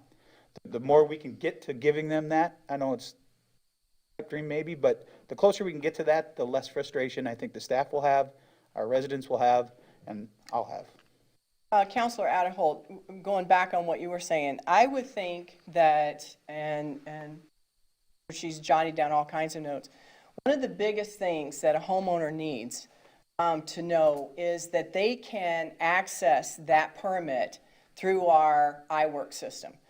It's a simple thing. You can go in there and it'll give you a little block that says what the permit number, and you can go in there and you can see it all just opens up. So if that property owner, if we could, like through Jenny or whatever, and our new revised building permits page, and say that, track just like you would track your doctor's appointment. You'd go into this portal and you see everything that happens. You can see the plans, you can see the reviews, you can see, and another time, just like you were saying, that the breakdown comes in sometimes from the contractor and the homeowner, where the contractor is saying, something that's not entirely accurate with staff, because what we have said is, as a reviewer, we need more information. You can't do this, but you can do this, so revise your site plan or something like that. Well, that is not being communicated to the homeowner. However, if the homeowner knows that they can go into our portal and view the process of that permit, they can see everything. Everything is right there. Everything is uploaded. Everything is there. Every email, everything is right there. Every inspection that was scheduled, every inspection that was not scheduled or failed or whatever, it's all right there. And the same thing with, I would say, either a prospective property owner coming in, that property owner should not just take for granted whatever the story is that the previous or current property owner is telling them about what they can do for rentals. You know, they should call us. We will tell you what your zoning is. We don't mind. I mean, I'm going to tell you, any of you were sitting in my office right now and my phone rang, I answer the phone if it rings. I'm like, excuse me, I got to answer the phone. I answer the phone, you know, and the first thing that I do when I come back is check to see if I have messages, so I can answer that phone call. But we are here to help. We want to help. We don't want you to say in front of the special magistrate or us as a code enforcement officer, well, the previous property owner told us that I could rent it every weekend, and now you're telling me I can't? Well, that's what I was told, and that's why I bought this house. It literally has happened how many times? I mean, we had one poor guy that came in, and he was they had the neighbors that were just, you know, upset because the people were just renting whatever. He bought this house with the assumption that he could rent it daily, weekly. Code enforcement came. He says, I can't make the rent. I can't make my mortgage payment with only renting it 1 week out of the month. And he sold the house. He had to sell the house. And Daphne, your point's well taken on that. And while we're on that issue, one of the things that I saw at the LPA a lot and still see today is when people buy a new property, the previous owner had not done X, Y, and Z in his crossways. You just spend a second, maybe John or Jason or whoever, or Daphne, whoever wants to, Roger, this dynamic of people purchasing property. What should they be doing when they purchase that property with their realtor through the legal process to make sure that the property they're buying is square with the town guidelines? We see a lot of this. Here's the thing that happens with us, okay? So we get a lien search. A lien search means that that property is getting ready to be sold, okay? So we do a lien search, and the lien search will show whatever we have that's open on that property, okay? So it'll show that there was a building permit that was never closed, or a code enforcement permit or something like that. But then we also go in and we can look and see the MLS listing for this. So the MLS listing says newly remodeled. But now we've got the lien search that shows there were no remodel permits. There were no building permits. So then, and truly outside of a complaint-driven thing, but that would initiate a code violation, because this person, at some point in time, if somebody complains about the fact that, and this happens all the time, you have one vacation rental that will call and complain about another vacation rental because they know that vacation rental was remodeled without a permit. So it gets very complicated. You should call them and say the prospective buyer, not the realtors, but the prospective buyer can call us and say, ask us whatever questions they want. I'm looking, we can't redesign their house. I mean, I had a guy call and he was really upset yesterday because he bought a house and he wants to make it into a 3-2 instead of a 2-2 and add his garage, and I can't do that. So Daphne, just to be clear, because I think I've heard this from Jason as well, and I'm just asking, so anyone who purchases a property on Fort Myers Beach, are you suggesting they should call the town of Fort Myers Beach and make sure that the property they're purchasing is clear of any violation? So, They Counselor, do that. What all those calls? I mean, Yeah, Counselor, I think, you know, the human dynamic of this is the buyer wants to buy, the seller wants to sell, and the realtors want to close the deal. Okay, so everyone is sort of narrowly focused on that happening. And there's a certain amount of due diligence that a buyer needs to undertake if they're wise. And they could, you know, just take a comment from one of those three other parties, their realtor, the seller's realtor, or the seller, and proceed on the basis of that comment without really knowing whether that's accurate or not. So, so it's important for I want to them. interject before we get too far down from a question I had a while ago. Yeah. And that's that you mentioned that, that you get a lien search, right? And you go through. Now, is the results of that made available to the buyer before they close on the deal? Did they get some kind of paper saying, okay, Yes. from the town, as part of the closing document saying, You have evidence that there Well, was. it's way before the closing documents even happened. So the title company typically will contact the town and ask for that information. Now, title company here in this county and the closing attorney and all that, they're working with the seller. They're not working with the buyer unless the buyer has their own person. So the seller is paying for the title work, they're paying for the closing attorney and all of that. So again, it becomes how astute a buyer you are, and to say that, well, wait a second, I want to see not just, there is a lien or I want to see the lien results from the But I want to town. get back to the point, because I know you're going back to saying, the buyer should do their due diligence, and I understand that.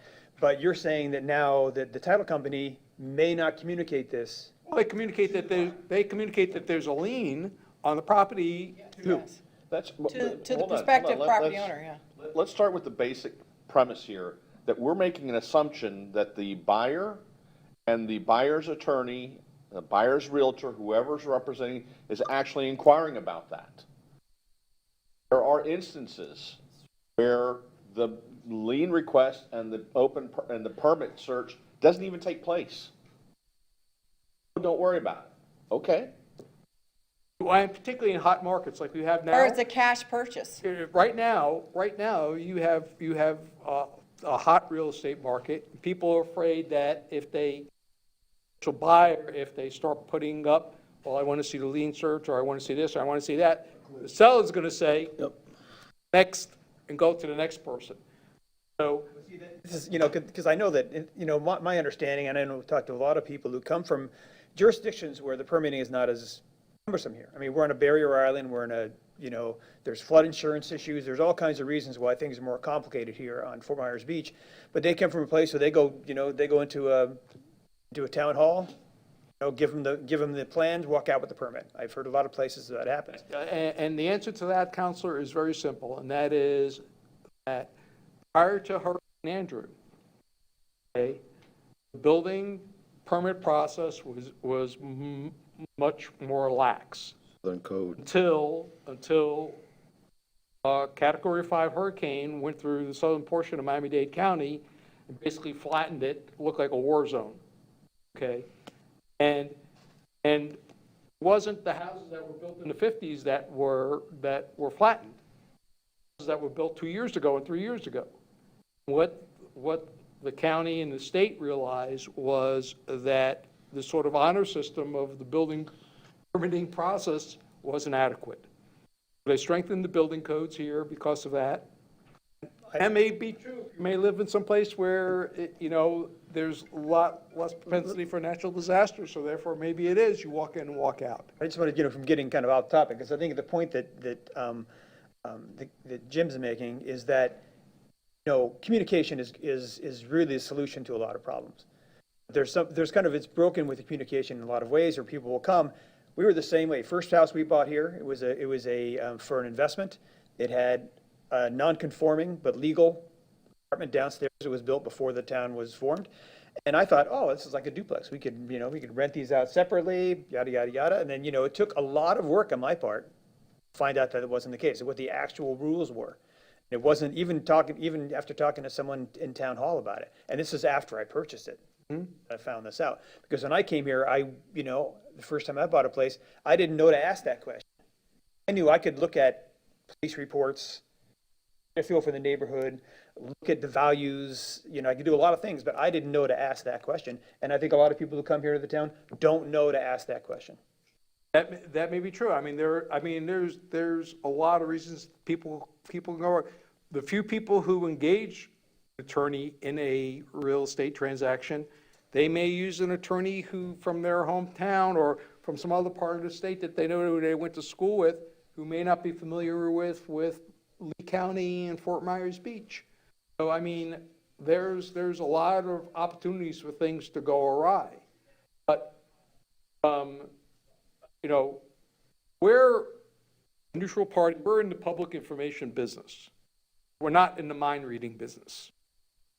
So the people contact us and we're going to try to give them the best information available, and we're going to give them the best sort of consumer,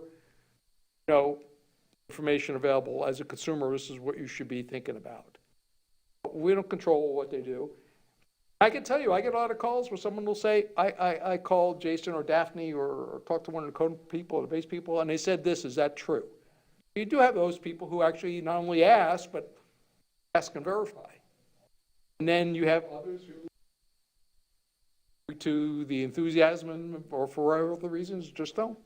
Latin phrase is caveat emptor, which means let the buyer beware, and that's basically what it boils down to. It's their responsibility to check into all of these. I think that perhaps we could have Jenny, we could create a page that says, looking to buy a home in Fort Myers Beach, and then say, here's what you should do.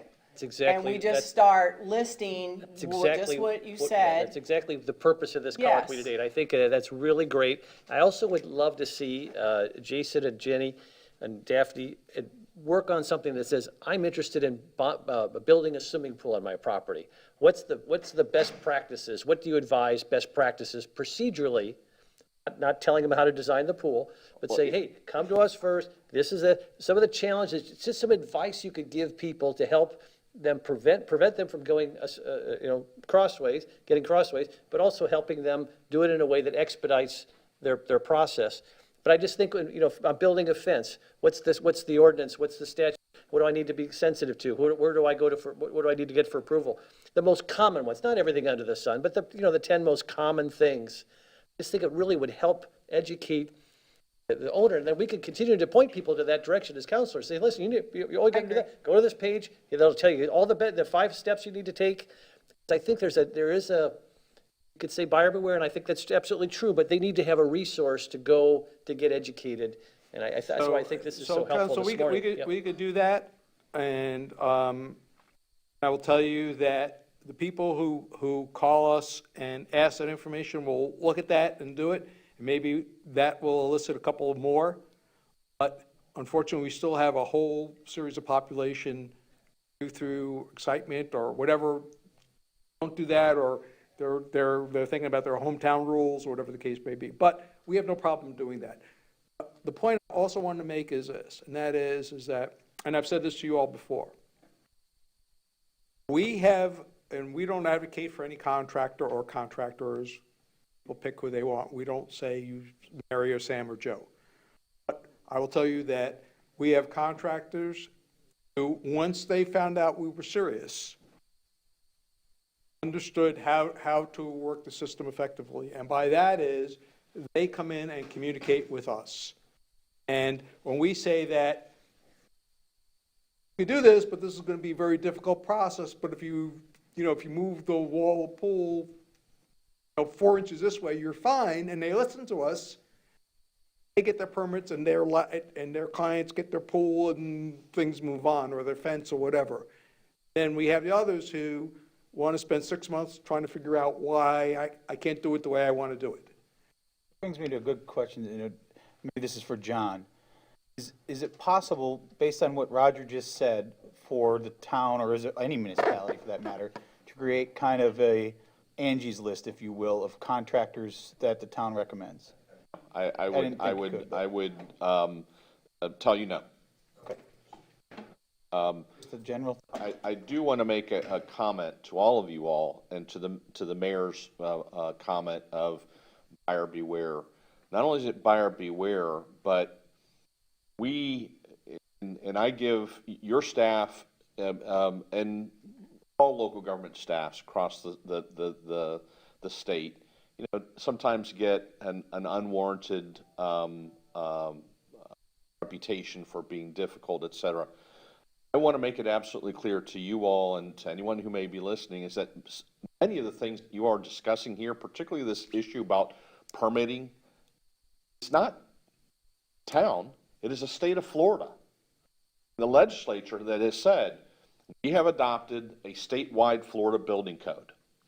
That Florida building code starts with the premise, thou shalt obtain a building permit for everything. So presume that anything that you do on your property or that may need to be done to your property is going to need a building permit. Not because the town says so, but the state of Florida says so. And so when you all get the calls saying, oh, the building department is being difficult, or, I don't know why, I don't understand why I need to get this permit, it's because the state says so. And we're just following what the state requires and mandates of us. The fact that you need to use a licensed contractor, not because the town says so, but because the state says so. Not only do you need inspections, not because we say so, but the state says so. Now, obviously, there is a valid public health, safety, welfare reason for that we follow and that we implement. It's to make sure that the work done in your house is up to code, that it's safe for not only you, but for your tenants, your visitors, your renters, whoever might be might apply. But best practices is assume that you'll need a permit for things, not again because we say so, but by and large because the state of Florida has said, here's our Florida building code, and everyone has to follow it equally across the state. And rightfully so, and rightfully so. Let me just say, we're not litigating that today. We're trying to get this word out to folks who don't realize what all's at stake. If they're back home, they may not have to have a permit for a fence. They may not have to do X, Y, and Z setbacks for a swimming pool.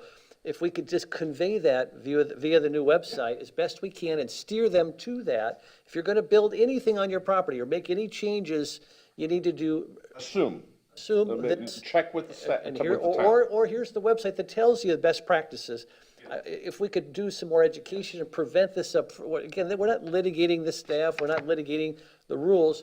We're just trying to help people understand what they are and how they can comply in a way that expedites their situation and also keeps them from getting crossways with our ordinances and permits and so forth. The reason I say this is because as the assisting staff with the dealing with permitting issues and code enforcement issues, it's a very it's a query or a question that I hear a lot.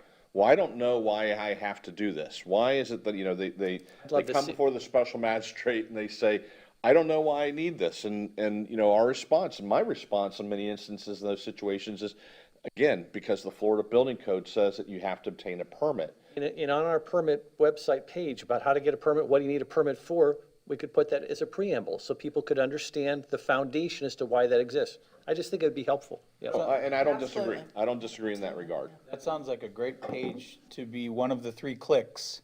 If you click on the building permits, it takes you to that. I noticed we even got a sand dollar. How to avoid. I'm excited about that. How to avoid, it ending up in code enforcement. And, one thing that we can put that I would suggest is if you're going to do anything if you're a beachfront property owner, you're going to do anything on your property that's, on the beach side, check with staff first, because more than likely you're going to need not only potentially a building permit, but maybe even a zoning permit. So those are the types of things that we can work on. And I think I already know this, I'm going to ask you anyway, is that can the town come up with a before you buy document that then it obligates the realtors to have it in their closing packet for closing? No, we can't. What I would suggest, what I would recommend is that we put something on our webpage that before you buy a piece of property, we suggest you do the following. And I think that I was just going to say, because that also probably they really hook on that. If you can't do it there, then the webpage have a very visible button high up in the chain that says before you buy and before you build. And here's what we suggest that you do. One last thing that I just happened, it came through while we were having this conversation, ironically.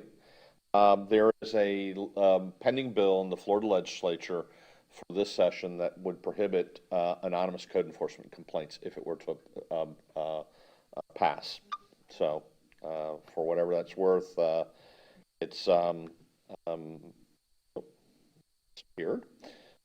Senate Bill 60, and it states in the title, an act relating to county and municipal code enforcement, prohibiting code inspectors designated by boards of county commissioners and municipalities from initiating investigations of potential violation of codes and ordinances by way of anonymous complaints.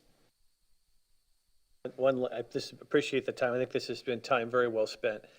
Daphne, just a quick point on base. Could you give some advice to the citizenry as to the most common ways they could avoid? I think some of these are probably good common sense ones, but how they can avoid coming into contact with our base officials. Well, first of all, at all our beach accesses, we kind of have the rules, what you can do with the dog, where you can do it with the dog, what you need, no glass containers. And I would say the very first thing would be to look at that sign and understand that sign is basically the rules. But one of the most common things or a few of the most common things we get with base is, there's dogs in the environmentally sensitive area that there's not supposed to be dogs, or where dogs are allowed, they're not picking up after the dog, or, we have. Pardon? No leash. Oh, yeah, that's a big one, no leash. We certainly have the issue with the bicycles being on the beach. But this is, in the beach access, I'm going to be honest with you, most of the time, the bicycles on the beach, they know that they're not supposed to be on the beach. The rental company has told them, because we're working with the bicycle rental companies, letting them know, you must tell them they can't go on the beach, or we're going to cite them. So a lot of it is just common sense things, but if you read that beach access sign, really read it, that basically tells you what you can and cannot do on the beach. Okay, we covered a lot of ground on that one. Thank you, Daphne, you. very much for your input. I would just close by, I'm sorry, I see Jason and Chad here. Do you guys have anything you want to add that was missed? You guys are on the front lines of this as well, that you see, that you want to just give advice to the citizenry on how they can avoid coming into contact with you in an adverse way? Want to take a Close your moment? blinds. All right, I wasn't going to say anything, but I think, don't be afraid to come into contact with us. I think that's actually the answer is. I didn't mean it like that, adversely come into contact with you. Right, the adversity part, but we can be friendly. I've been yelled at for 18 years, so I'm used to it, but let us try to help you find the solutions. thank you. And maybe a little less yelling. I hope you don't have to put up with too much yelling, Daphne, but let's try to bring the yelling down a little bit. Okay, the next item is lighting study, stakeholder meeting, assignment of representatives. Mr. Town Manager. Correct. So when we engaged the lighting consultant in terms of these initial kickoff meetings, they offered two alternatives to the town. One is via stakeholders meeting, and the other is through sort of a big community charrette. There's significant price difference in the two, and also there's the continuing concern regarding groups in COVID-19. So we talked about it internally, and we thought that we could start with the cheaper alternative and see if it meets the needs of the town, and then if not, you could always go to the other one. It would be $3,000 more to do both versus I think $20,000 more to do the in-person meeting. So for that, we thought this. In the background, we list what we believe is a fairly diverse group of potential people who be the initial stakeholders group for the consultant to talk to with regard to any issues and concerns that the lighting project should consider as it evolves. Of course, at a certain point, it would be going back to the committees and to the council, but this was a way for them to initially sort of get the points that they needed to hear from the community. So if you're comfortable with a subset of stakeholders, we can go this route, and we suggested a group in the background, but clearly you can amend it, add others, or detract from this list if you don't think it's fully appropriate. Well, it looks like a pretty good list there with a few holes to be plugged in. I presume the rest of the council's had an opportunity to look at this list. I'll just say, I've had a chance to look, but certainly not to solicit any potential No, open members. no one has, no, and we can do that. If you decide that this is the route you want to go. I like it. Yeah, I like it too. I'm good with it. Reasonable. Okay, why don't we give a little thought then to two members of the public to be determined by the town council, and also the hotelier, vacation rental property manager, and the chamber representative. Is this going to be the regular, like, for applying for any committee in the town where people have to send in an application? We can do it however you like. With regard to the chamber, you can ask the executive director, or you could pick somebody yourselves, One person has already shown interest from the public that would like to be involved. I asked Roger and Amy to circle, or, to get that information out to you this morning. That's their bio that they sent. Very highly qualified in the lighting world. Wanted to make sure everybody had it for consideration. I would support him because he is very, very, very educated in this. My understanding, they were not going to do doing selection here because we haven't had a I chance to just wanted select to- anybody. I just wanted to put it out there so that you had it, and for the record, say that someone has already publicly offered to volunteer. That your email was, just for the record, your email was distributed in hard copies of persons. yes, things thank you. distributed. And that person reached out to me a couple months ago because they had a technical expertise and had an interest in volunteering their services as well. Okay. Okay, Roger, that's. I would, Roger, the only thing on this, I like the approach and everything, and I like the group.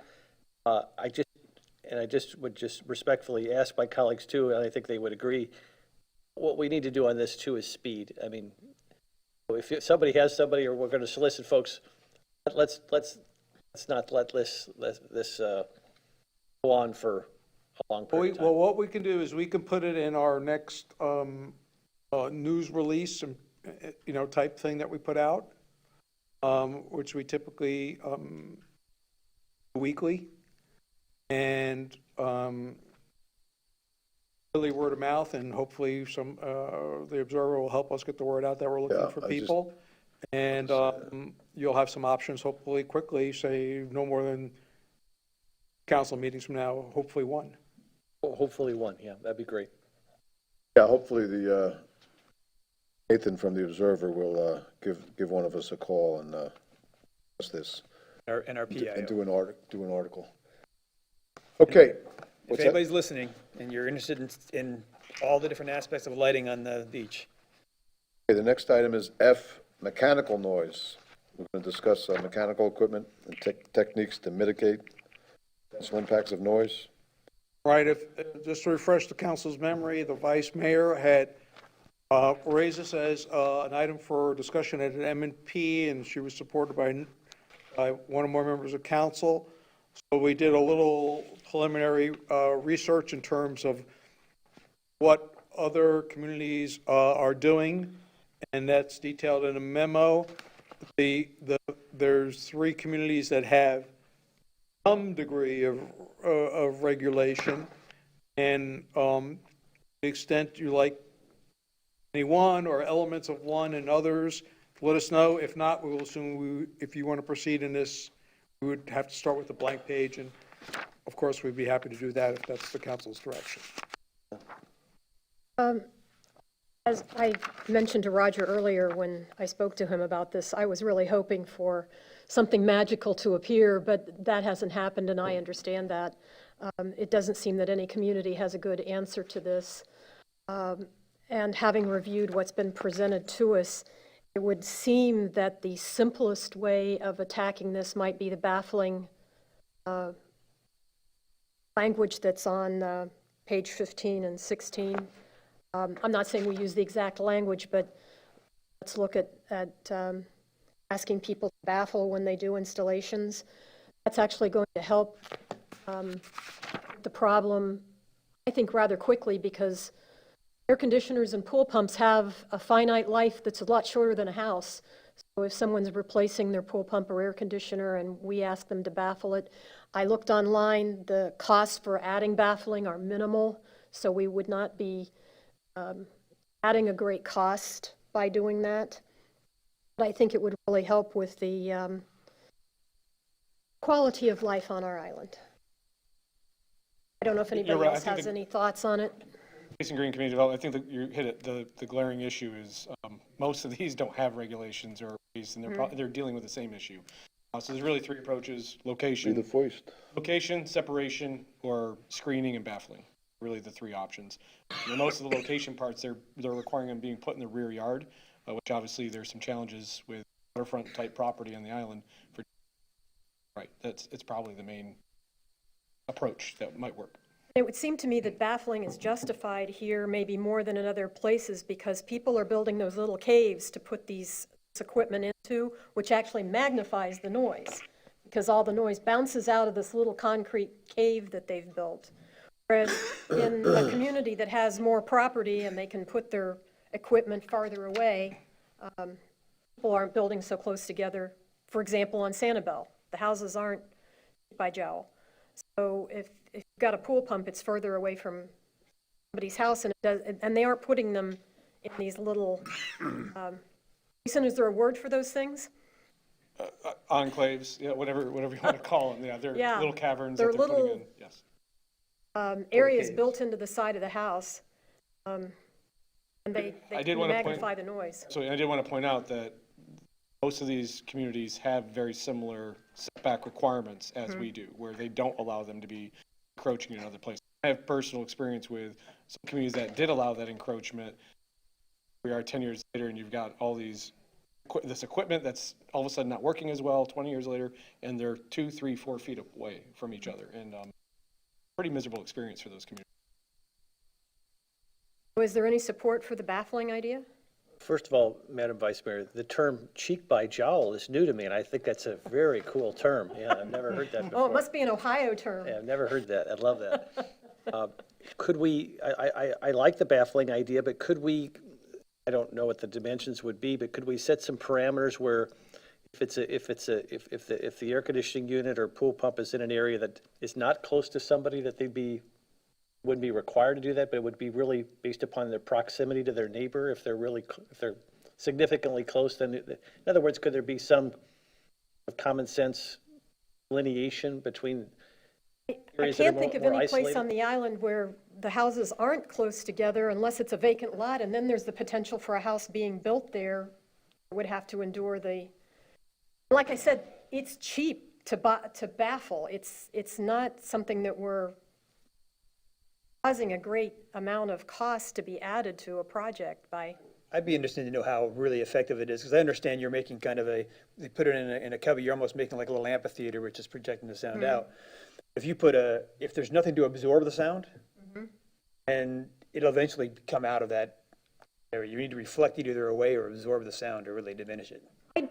I'm not in love with the idea of baffling. I don't think it's going to be a huge help, but I'm looking for a little bit of help. To help some.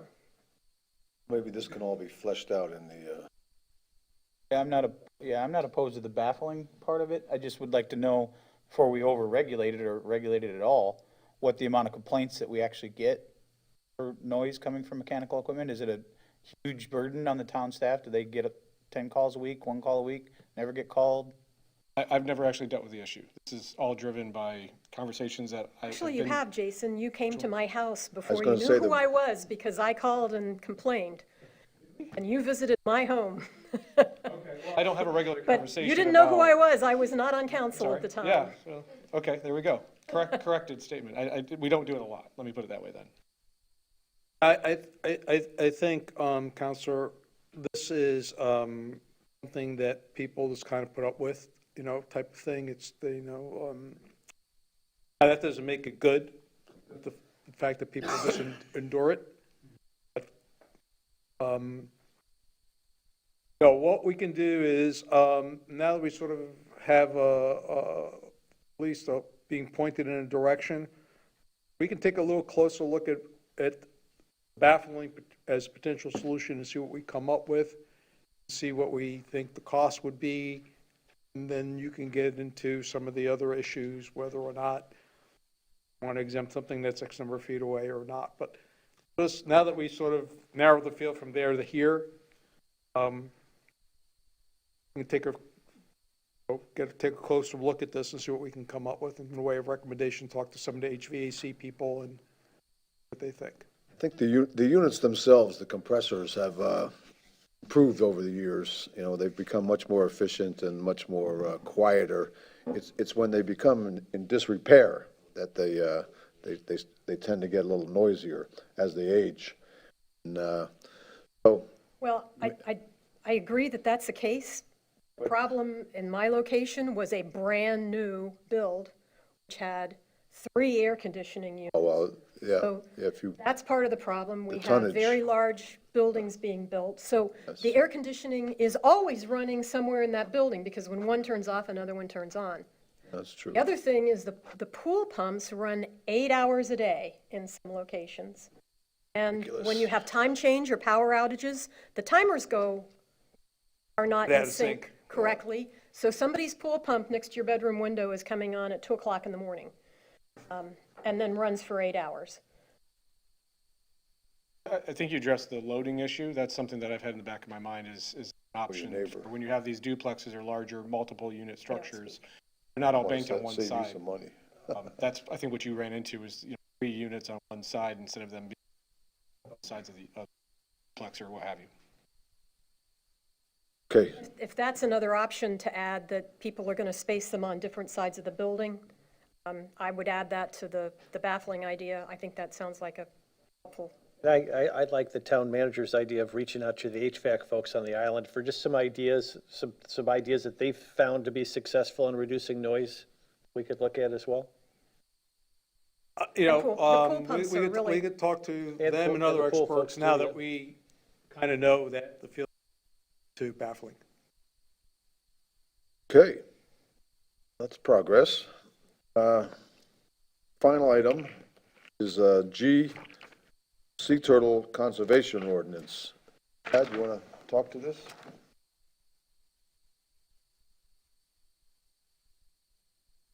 Morning, Council, Chad Schutz, environmental staff. So as you've read through, the Marine Resource Task Force conducted a one-year review of the 2020 Sea Turtle Conservation Ordinance, and what it was to make a few minor changes. And one of the things that I see the most in doing my patrols is interior light pollution. So asking you to consider applying the 15% tinting of windows. It was for new construction, and I came to learn that new construction means house or a structure that's never had a CO from the building official. Also apply that to remodeling construction, so we defined the definition of new construction to include remodels. Any windows being replaced, to apply that 15% tinting to that. Also, adding a... Chad, on that, just for us lay folks who don't know windows and lighting, and maybe Councilor Allers could elaborate on this. How does this relate to the distinctive beach rental issue that we were talking about earlier? Are these windows that are commonly available in the market? Is this what everybody does anyways? I mean, I'm just trying to understand, is this sort of standard practice in the industry to do this? Is this a big deal? Is it not a big deal? Do we know, I mean, just what's the impact of this requirement? Is it something that, just trying to understand it better. What is this? So- Yeah. It is somewhat new, but it is available from the major manufacturers such as PG. Anybody building a new home or remodeling on the Gulf side would know, they'd know that they would have to utilize this type of a window in doing that remodeling or building. Is that simplified explanation? In the review of their permits, they would be notified if they didn't already. It would just be new and remodeling. Everybody, existing homes would be grandfathered. Obviously, they'd still have to comply with all the turtle regulations. They wouldn't have to change their glass out if you're. Sure. So to address your question with how it related to the rental property management's question, that was for mitigating existing windows. So That was more of a tint that's applied to existing windows rather than replacing the window itself. And that is just one of several options to mitigate interior light. Best one is just opaque curtains, which necessarily require the tinting. So if I'm building a home or I'm remodeling a home and I have the blinds the blackout blinds, which is what we have in our condo, I still would have to have the 15% window? Bought new windows, I you bought- would. That's my question, yeah. Just trying to understand, yep. Sir. I have a question on page 21, the definition of new construction. It's very broad, in my opinion. You're considering a lighting system as a new construction item that would require them to then either get new windows or put the tinting on the windows. If I have an existing home on the beach and I want to add a Lutron system or a Crestron system or something of the sort to dim the lights, I would be required to put that tint on the window? That would be considered a new construction? By this definition, yes, sir. If I'm putting a pool in the front of my house, that's considered a new construction. If I'm placing my landscaping, that's considered new construction. All these things in here, I struggle with a little bit. That's going to require people to make changes to their home that I don't think necessarily fall within the new construction definition. Taken. You did say that there's a tint available. Are there many manufacturers that make this 15% tint, or is it one specific? I would say more like many. Window tinting's been around for a while with cars, so it's a new technology. And what is I'm just trying to understand I've never received a turtle violation. I don't live on the beach, so I'm not fully 100% aware of if you're looking in the window, are you looking directly at just I'm assuming it's just a direct light source if someone's got a flashlight, or if it's a pendant light that maybe doesn't have a shroud on it, or is it a glow from a bathroom that's around a corner that's actually facing Boulevard? So the way that the turtle enforcement works is prior to turtle season, we do a survey of the beach, and we contact every building or property that we believe has the potential, or through that inspection, because of the way their lighting system is at that particular property, for turtle season could potentially be a violation.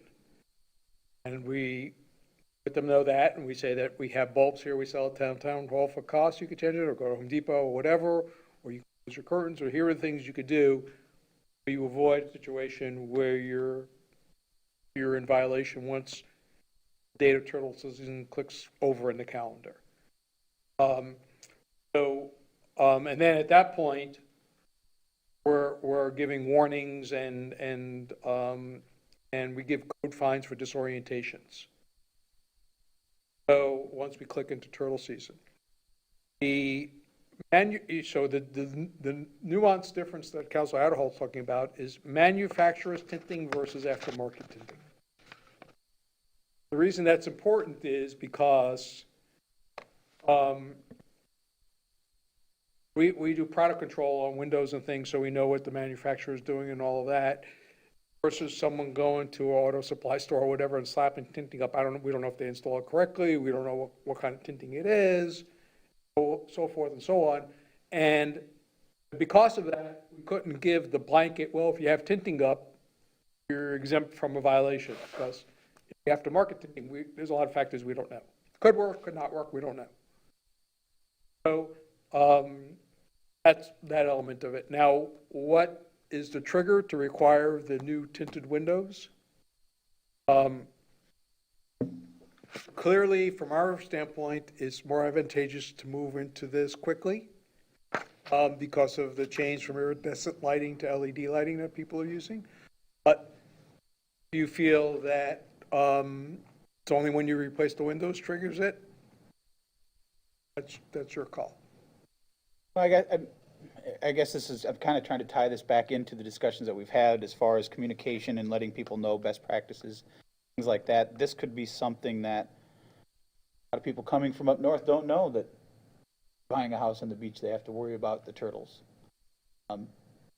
Doing something we can do ahead of time to save the calls to the town as to why I'm getting code violations for my lights being on. Yeah, well, the way this is being proposed is that when you submit your plans for plans review, one of the comments you would potentially get is that your windows do not meet, or as submitted, do not meet the requirements for turtle lighting, and please contact us, or have your contractor contact us so that we can tell him to make that adjustment.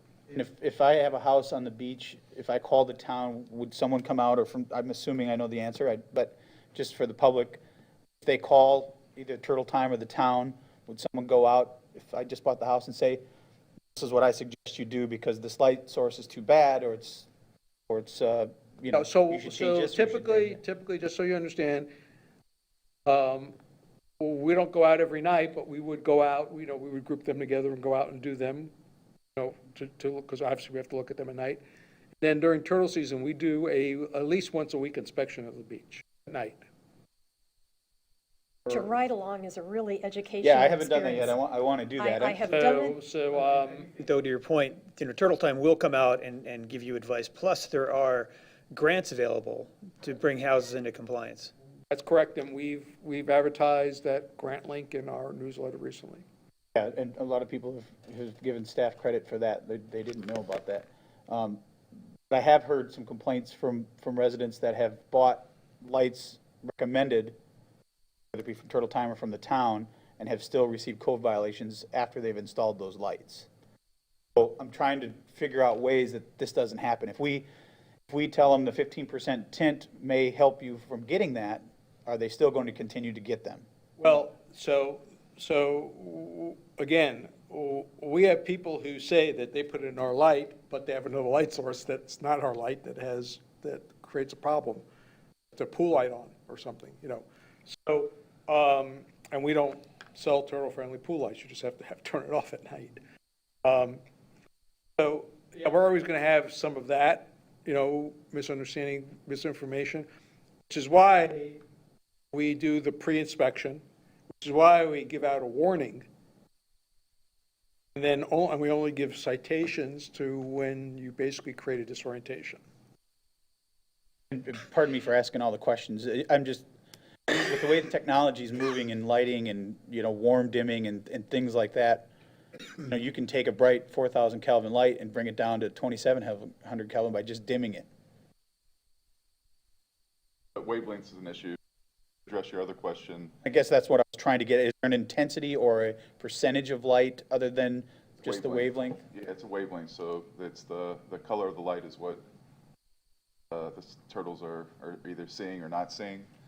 Then to address your point about having the correct bulb, it's not only is it the correct bulb, is it downward directed, is it shielded from the beach? So putting a bright red bulb that's a floodlight directed at the beach really solve the issue. I'm just trying to nail down for the public a little bit, not, to me, it seems like it can be left up to perception a little bit when it comes to interior lighting, not necessarily exterior,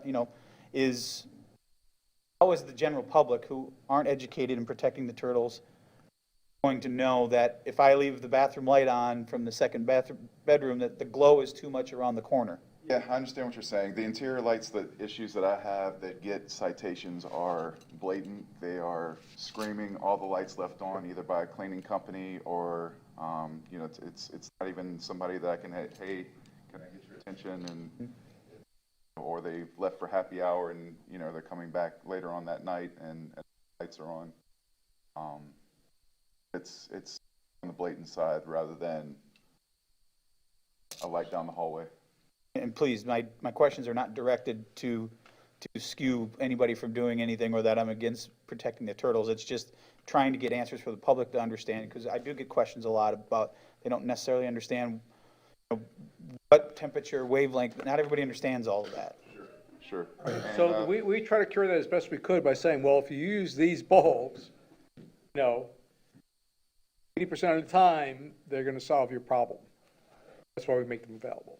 I think too, there's a multi-pronged approach here. We've talked about, trying to use film that you run aftermarket.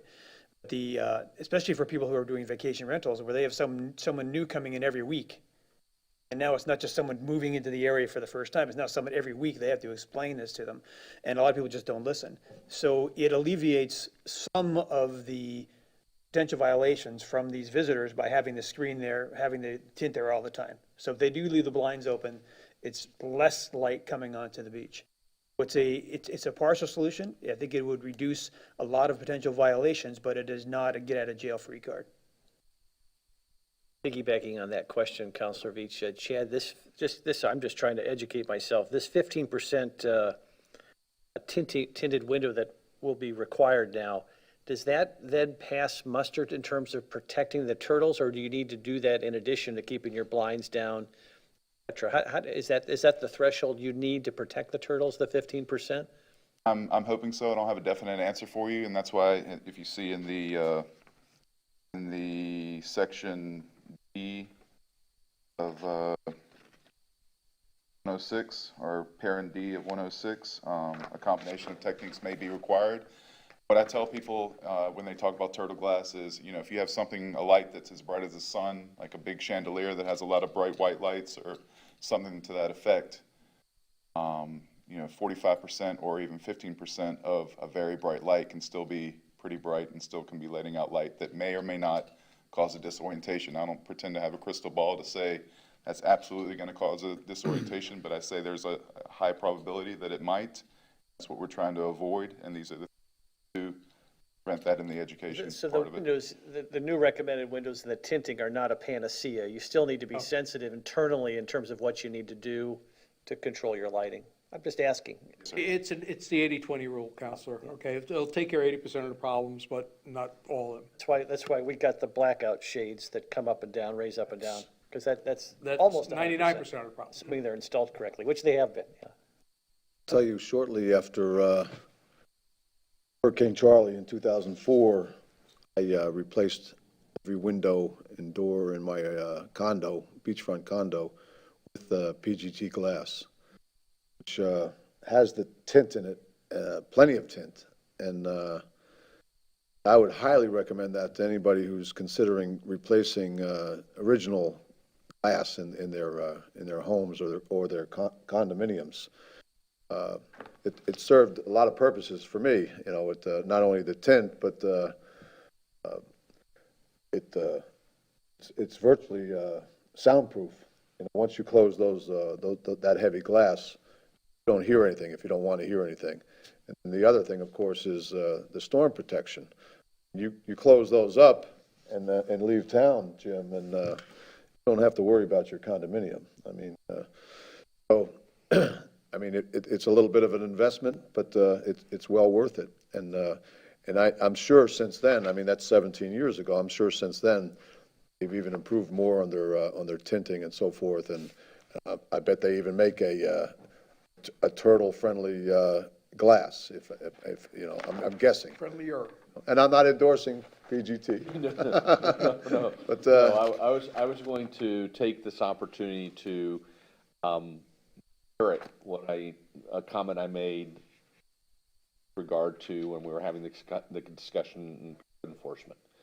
That is that we receive a lot of inquiries from members of the public and residents about, well, why do I have to do this? And while certainly this community and this council is certainly intends on protecting turtles, these regulations are required because of the Endangered Species Act, which is a federal law that is implemented at the state level through the Fish and Wildlife Service, the federal agency, and the FWC, a state agency, and they set the minimum standards. And in fact, the ordinance that came before you last year that is discussion is because the FWC had updated their model ordinance to account for new criteria, new information that we're trying to put in. We're trying to customize it for the needs of our community based upon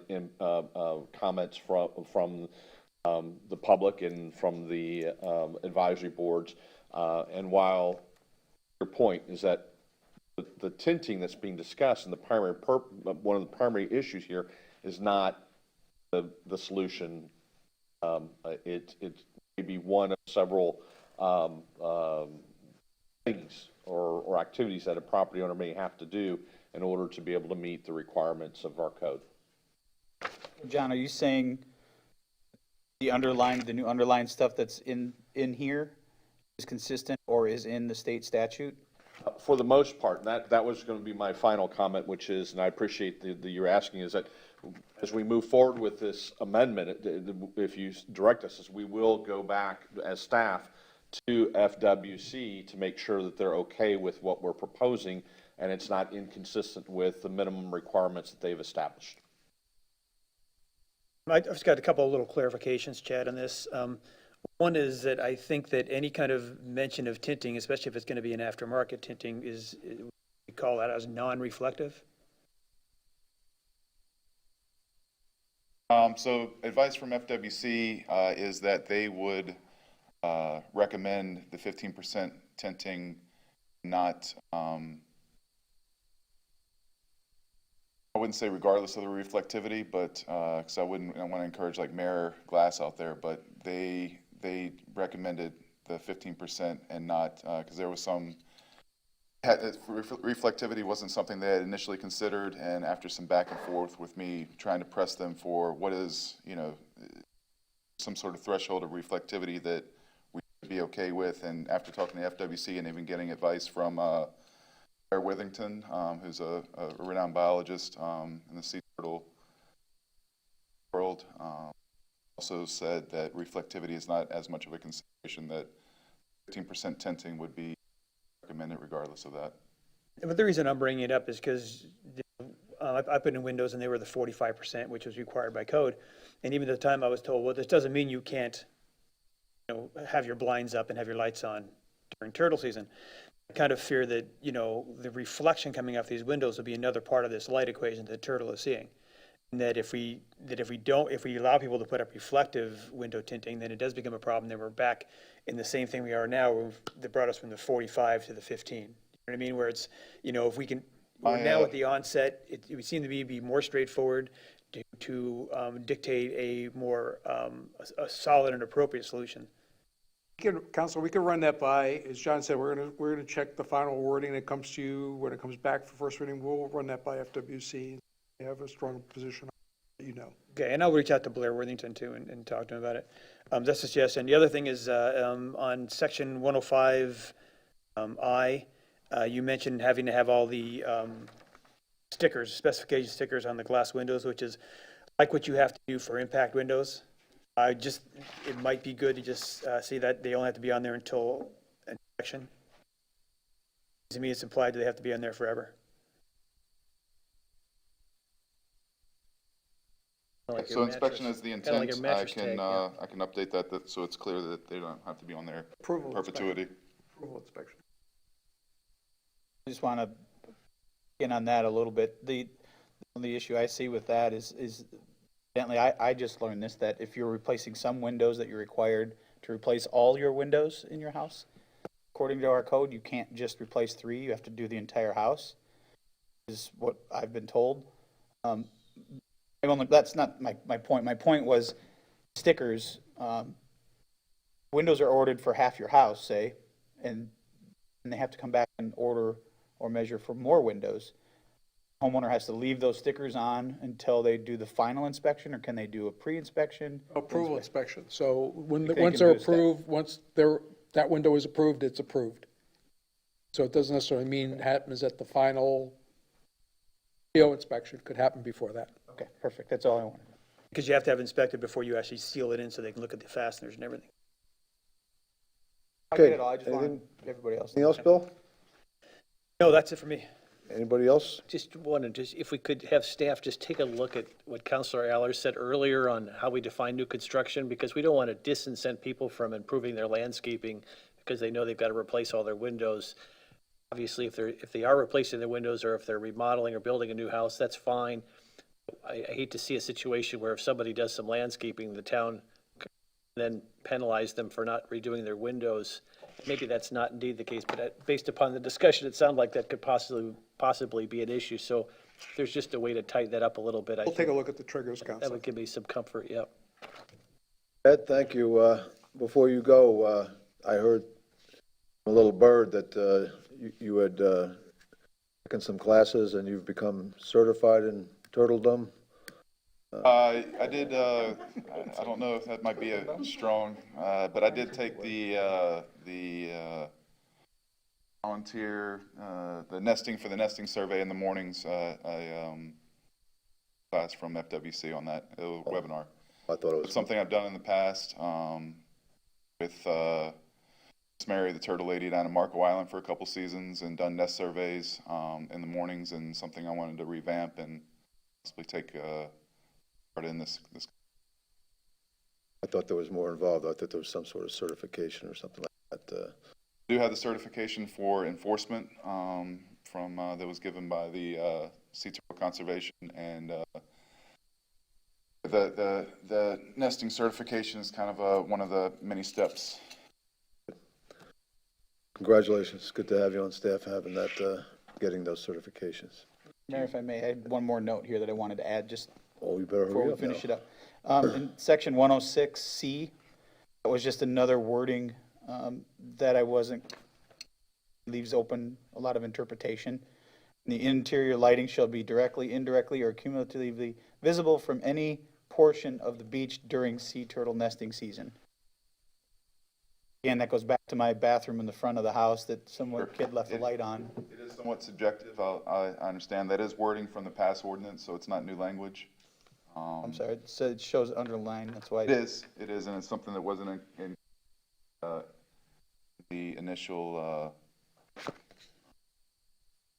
revamp last year. So it's something that it's more, gives some clear. I just don't know if there's a way to maybe make it less subjective, word the same way, but a little less subjective. Maybe that's something for the attorney.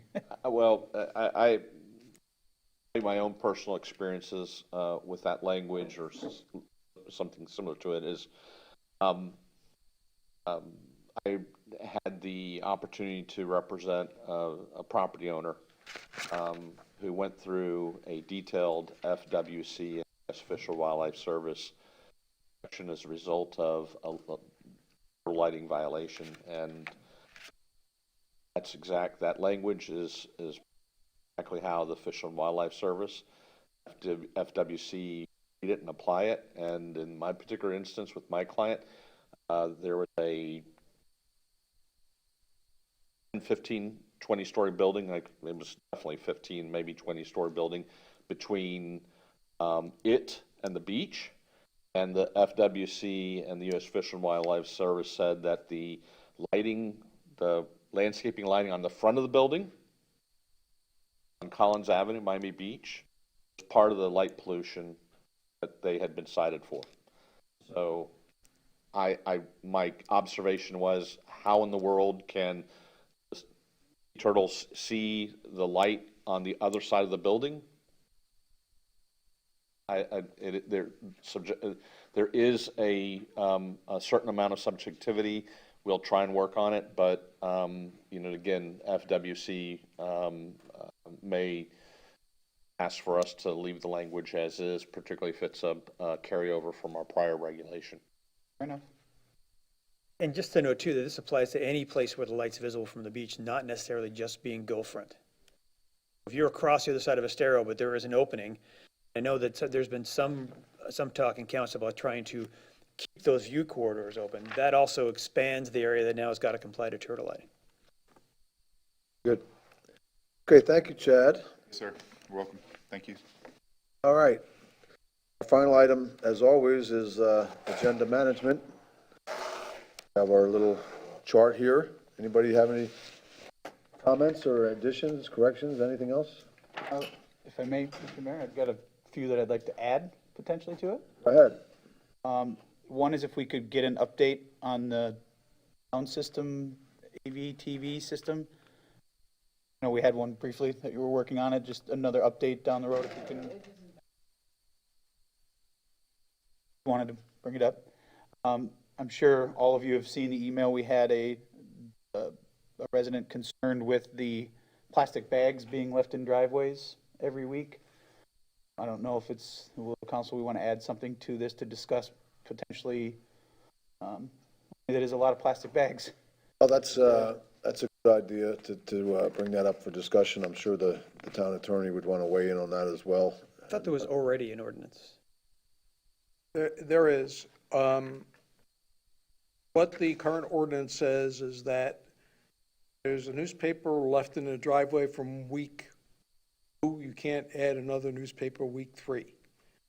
The way I read the emails was the person was questioning the fact that bags are used for that purpose and the proliferation of them, not the fact that in someone's driveway there were 15 newspapers. We can reach out to the individual and try to get that clarified. Well, it was actually a little bit of both is the way I read it. It was a security issue of potential papers sitting there. The bags was the greater concern, but I read also that the safety issue of someone not being home and someone being able to tell that the papers are sitting in the driveway. But if Would you like the ordinance itself to be looked at again? Yeah, exactly. We could bring the ordinance and put it on the All right, MP. let's do that. And I would be interested to hear from the newspaper too, because, my understanding is that not everybody gets a paper delivered, that they're on some kind of, It's on a request system, is what I understand. and so if someone it could have been a subscription that's been there for years, previous owners. Yeah, Or it it seems could like be they're that on just every nobody- driveway when I'm driving around, but, and when I leave for the island early in the morning, but, and then the last thing is we had the gentleman that came in and spoke on Monday that asked if we would take a look at the bike ordinance. I believe he said it was 1802, section 28-84.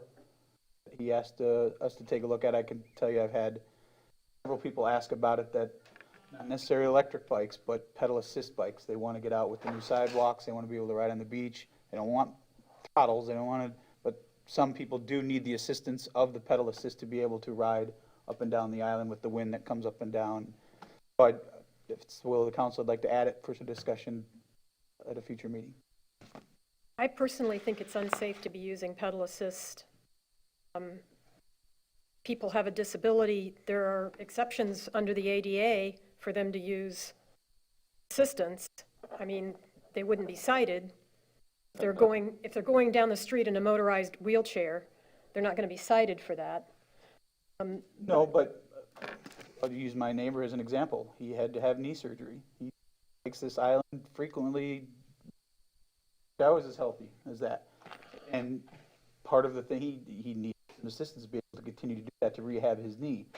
So we're essentially telling him that he can't ride his bike on the beach while he's trying to rehab. And I guess that's more of the comments that I've been getting from people, not people that just want to go buy an electric bike and ride it down the beach, but people that can use the assistance, whether they're elderly or they're rehabbing or they're... But the problem with assistance is it speeds up the bike, and you've got children on the beach running back and forth, and you've got elderly people on a walker on the sidewalk. I don't think we should be mixing Which is understandable, assistance. but, with the different classes of bikes, a Class 1 bike is a pedal assist. The faster you pedal, the more assistance you get. Not everybody can pedal 20 miles an hour. Because I'm pedaling 1 mile an hour doesn't mean I'm going to be able to do 20 miles an hour. It was just an item that I thought we could bring up for discussion. It's just an item that I like it the way it is, so I'm And just I think- expressing my opinion. It's been added fairly recently by previous councils. This is not like something that's never been touched by council. And I have to definitely concur with Vice Mayor Hossafrost. I've been jogging down the beach and almost plowed into kids who run gleefully from their parents to the water. And the idea, and I on the beach, I see people who are going 20, 25 miles an hour, treating them like dirt bikes. And it's already hard enough for the town to enforce OE bikes. Trying to say there's some kind of speed limit or some kind of class of bike that they will approve or not approve, I think makes enforcement difficult and makes communication difficult, probably creates more potential conflict between enforcement and the public. tell you, gentleman you were talking to that spoke to us, he then turned and wrote a letter to the editor in the paper, which I read, and he is a gentleman. He presented his case as a gentleman. But, he referenced me in his letter, and he said that the mayor referred to these bicycles on the sidewalks like motorcycles, and I did. And he said, they're nothing like motorcycles at all. And what I say is that if you get hit by one of them, you won't know the difference between that and a motorcycle, believe me. And so I don't believe that they should be on sidewalks. You all know how I feel about that. And then the fundamental question is, do we think they should be allowed on the beach, on the wet sand at all? That's the question. If you start trying to enforce something like this, it's an enforcement nightmare. I mean, I've got an assisted bike here. I turn it off and now I'm pedaling it. What was he doing? And so it goes on and on and on. So I think the fundamental question is whether we want them on there or not. And I'm not saying that I'm anti-electric bike. I think there's a place for them. And the place is on the street. That's where they belong. So that's my opinion. One of the suggestions, just to throw it out there since we're still talking about it, was people that maybe potentially aren't fully in a wheelchair but do need a little bit of assistance, if they could come to the town to register as their bike, or register or get a little plate that shows that they're, they have medical reasons, or just ideas to maybe not necessarily say you can't have it, but allow some of the people that do or may need it. It's a safety issue. If we're trying to protect the people that are down on the beach, a handicapped person, a person that's wheelchair bound or so forth, they can get into an accident as easy as someone else that's not. So there's the conflict is the vehicle itself and the pedestrians, whether that's on the sidewalk or whether that's out on the wet sand. So that's where the comes in. So that's just my opinion. Could I ask our town council or our town managers the question, do we have a provision in our ordinance that allows for exception to a disabled veteran or for someone who has a medical reason? When this was last discussed, what we basically concluded, the council concluded at that time, was there's really no granularity that could really be effectively implemented. So it's either all or nothing, was the conclusion that they came to. If I remember correctly, the idea was if you lived, I don't know, Mid-Island, and you wanted to go somewhere, you could, to the beach or whatever, let's say you wanted to go to the Lynn Hall Access. You could ride down the road, park your bike, and go to the Lynn Hall Access. There wasn't really a need for you to ride down the beach. We were very concerned that it would become an alternate route to avoid traffic on Estero. So, and then with respect to the granularity as to temporary or permanent physical conditions, I think all of us have seen people who have gotten their doctor to write them a pass for a handicap sticker, and they're in a Lamborghini that's 18 inches off the ground, and they seem to be really good, be able to get in and out of that, and get to have a handicap sticker or something. So, that, and with regard to the classification speed, well, there are bicycles that can go class 3, I believe, at 28 miles an hour, if I remember correctly. And by the way, if you're smart and know how to program those controllers, you can exceed those speeds. So, yeah, there are certain ones that are limited by the battery and the gearing that can't, but there are a lot that have, you can go class 1, class 2, class 3, and you could even go above class 3 if you could figure out how to the controller. So, for all of those reasons, when the last time this was looked at, safest course of action, the council concluded, was just to keep bicycles off the beach and off the sidewalks powered. Okay. Anything else, Dan? Did you have any more items? No, I just, I kind of see where this is going, but I'll just make a comment that we've all seen some of the gentlemen and ladies that use Estero Boulevard on the street bikes. And I can tell you, they've passed me at 25 and 30 miles an hour on the street. I would argue that they're just as dangerous as someone riding a bike at 15 miles an hour on the beach. But they're not as dangerous if they're on the street. It's a degree of dangerousness. But, okay. Else for the good of the order today? have- Yes, I sir. have- I'm sorry, Roxanne. Sorry. The item I have, First.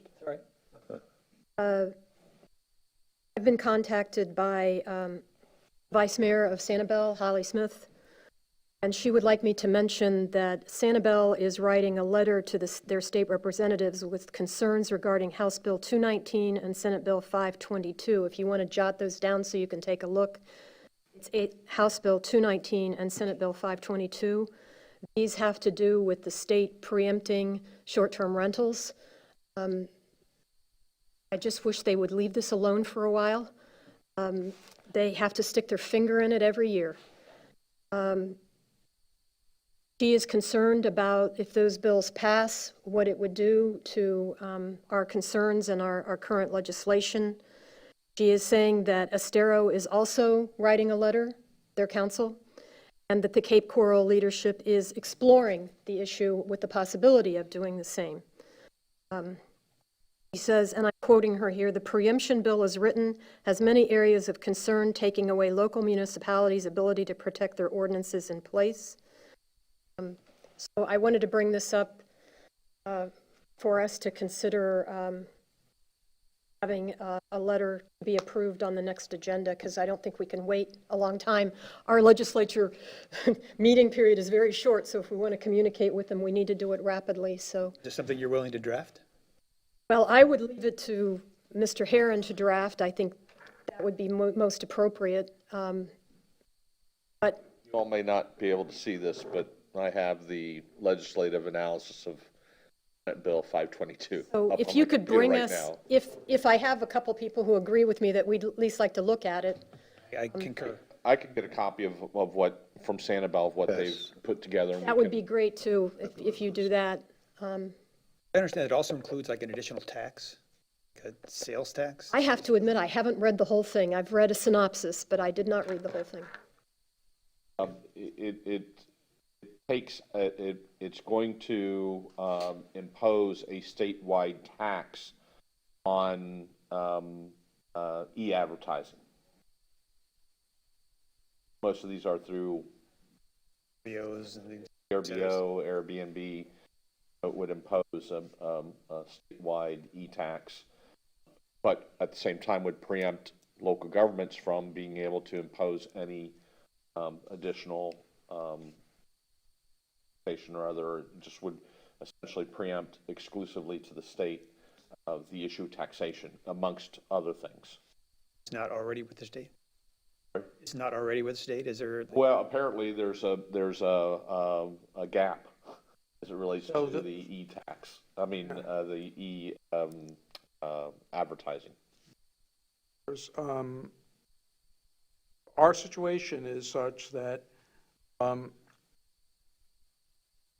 because our original ordinance was in before the state moratorium on subsequent vacation rental, local vacation rental regulation, sort of grandfathered in.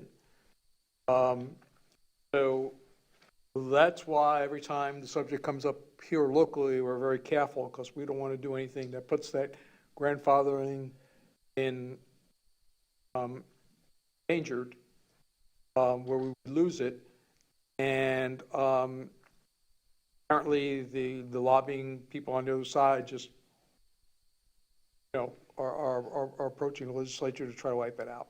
Yeah, you all asked this question of staff a while back, particularly the vice mayor had inquired about this. how we make our regulations potentially less restrictive and not lose our grandfathering. Based upon my review of the legislative analysis, in which I can forward to all of you if you so wish, they believe that the prior changes to state law, coupled with their analysis of several related Attorney General opinions that have been issued on the subject, that in the absence of a particular change that they're proposing, probably the only thing that was beneficial to local governments, is that any change to your existing regulation, it will lose, whether it's more restrictive or less restrictive. What they are proposing is a change to the statute that does allow for local governments to be less restrictive if they've had previous approved regulations and not lose their grandfathering. The legislature currently is of the opinion that if any local government that has a grandfathered vacation rental regulation makes any changes to it that affects where or how they can be done, it voids the ordinance. So that issue, to the extent that the council has considered maybe making changes, my advice at this point is until this statute gets resolved one way or the other, and until the legislature creates a safe harbor for local governments that doesn't exist currently, my recommendation is against making changes to vacation rental regulations, as you may, by doing so, jeopardize the entirety of the regulation as it's currently grandfathered. You had something? Yeah, just a effort, not something to add to the agenda, just since we won't have a meeting before this happens, I wanted to give my colleagues a heads up.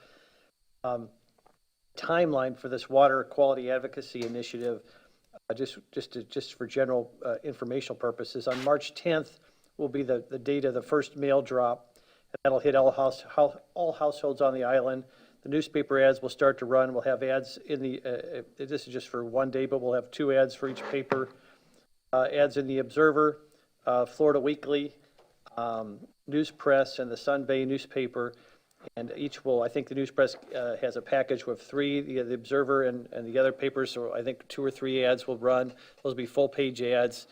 Again, it's the Uncle Sam concept on the front. Town of Fort Myers Beach wants you. Jenny's been excellent to work with. She's got a social media campaign planned. Press release will be distributed on March 10th as well, announcing the initiative. The Vice Mayor had suggested, had a good suggestion the other day, talking about disseminating this campaign and the information behind it to our municipal officials around us. We'll do that week of March 10th. A second mail piece will drop on March 24th.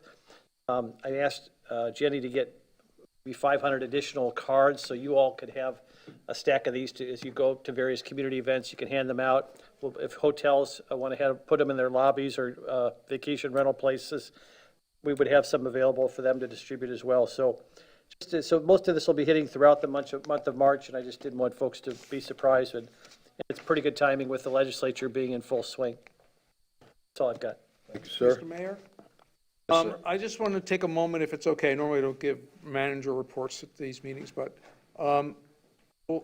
we have been working with the school board because they've asked us to make some adjustments to the site plan for Bay Oaks, and I just wanted Chelsea to come in real quick and let you know what that actually could mean. Morning. Morning still. Chelsea O'Reilly, Public Works Director. We recently met with the school district. You know, we had shown them the same layout for months. We met on site, and the principal was not too happy of the proximity of the proposed field to the school. So we tried to make some tweaks and shift the field slightly, but understanding the ramifications of shifting the field and how that interacts with the Delta-Wing building. But we feel that we're able to accommodate the school. They're happy to get some additional land and open field space that they had requested. I'm trying to, again, preserve as many shade trees as we possibly can. But we are working through the details with their attorneys and hopefully bringing this to a head the next couple months. The implications of that is that last time we showed you the changes, and then they've changed their mind, so we really don't want to do that again. We're waiting for them to officially bless these changes, in which case, when they do, we will run them through board cab and the council. Okay, thank you.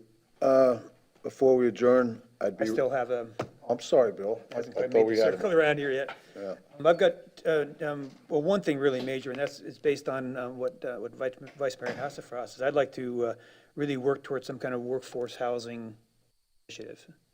What we can do with legislative, or if we can motivate a nonprofit to try to encourage that. I think it's something we can put on the agenda, at least start a discussion, figure out how we can come with.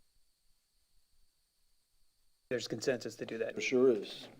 Okay, and the other thing is a small thing, I asked the town managers, for everybody who's listening, you just email counselor@fmbgov.com, and it'll go to all of us and the town manager, and Amy. And I also am encouraging him to come up with a similar email for the different committees. Someone has to look up the email addresses. If they want to email the LPA, it'd be LPA@ or whatever the other committees are. Thank you, Bill. Hey, just one item for myself. I want to extend our congratulations to the 3 new council members over on Sanibel Island. I can't come up with their names right now, although I know who they are.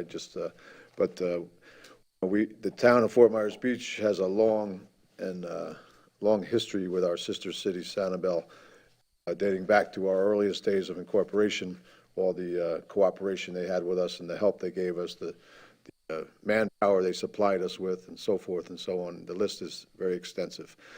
So it's a relationship that we value and we cherish, and we look forward to meeting with the new council members and our continued relationship with the present council and mayor, and moving forward with any items that we have. Have their names if you'd like. Yeah, okay. That would be Mike Miller, John Henshaw, and Scott Crater. Congratulations, gentlemen, and I look forward to getting together with you at some point and meeting you, and we wish you well in your new positions. Oh, if that's it, we'll adjourn. It's 11:58, or actually, it's probably 12:01 because that clock is not right.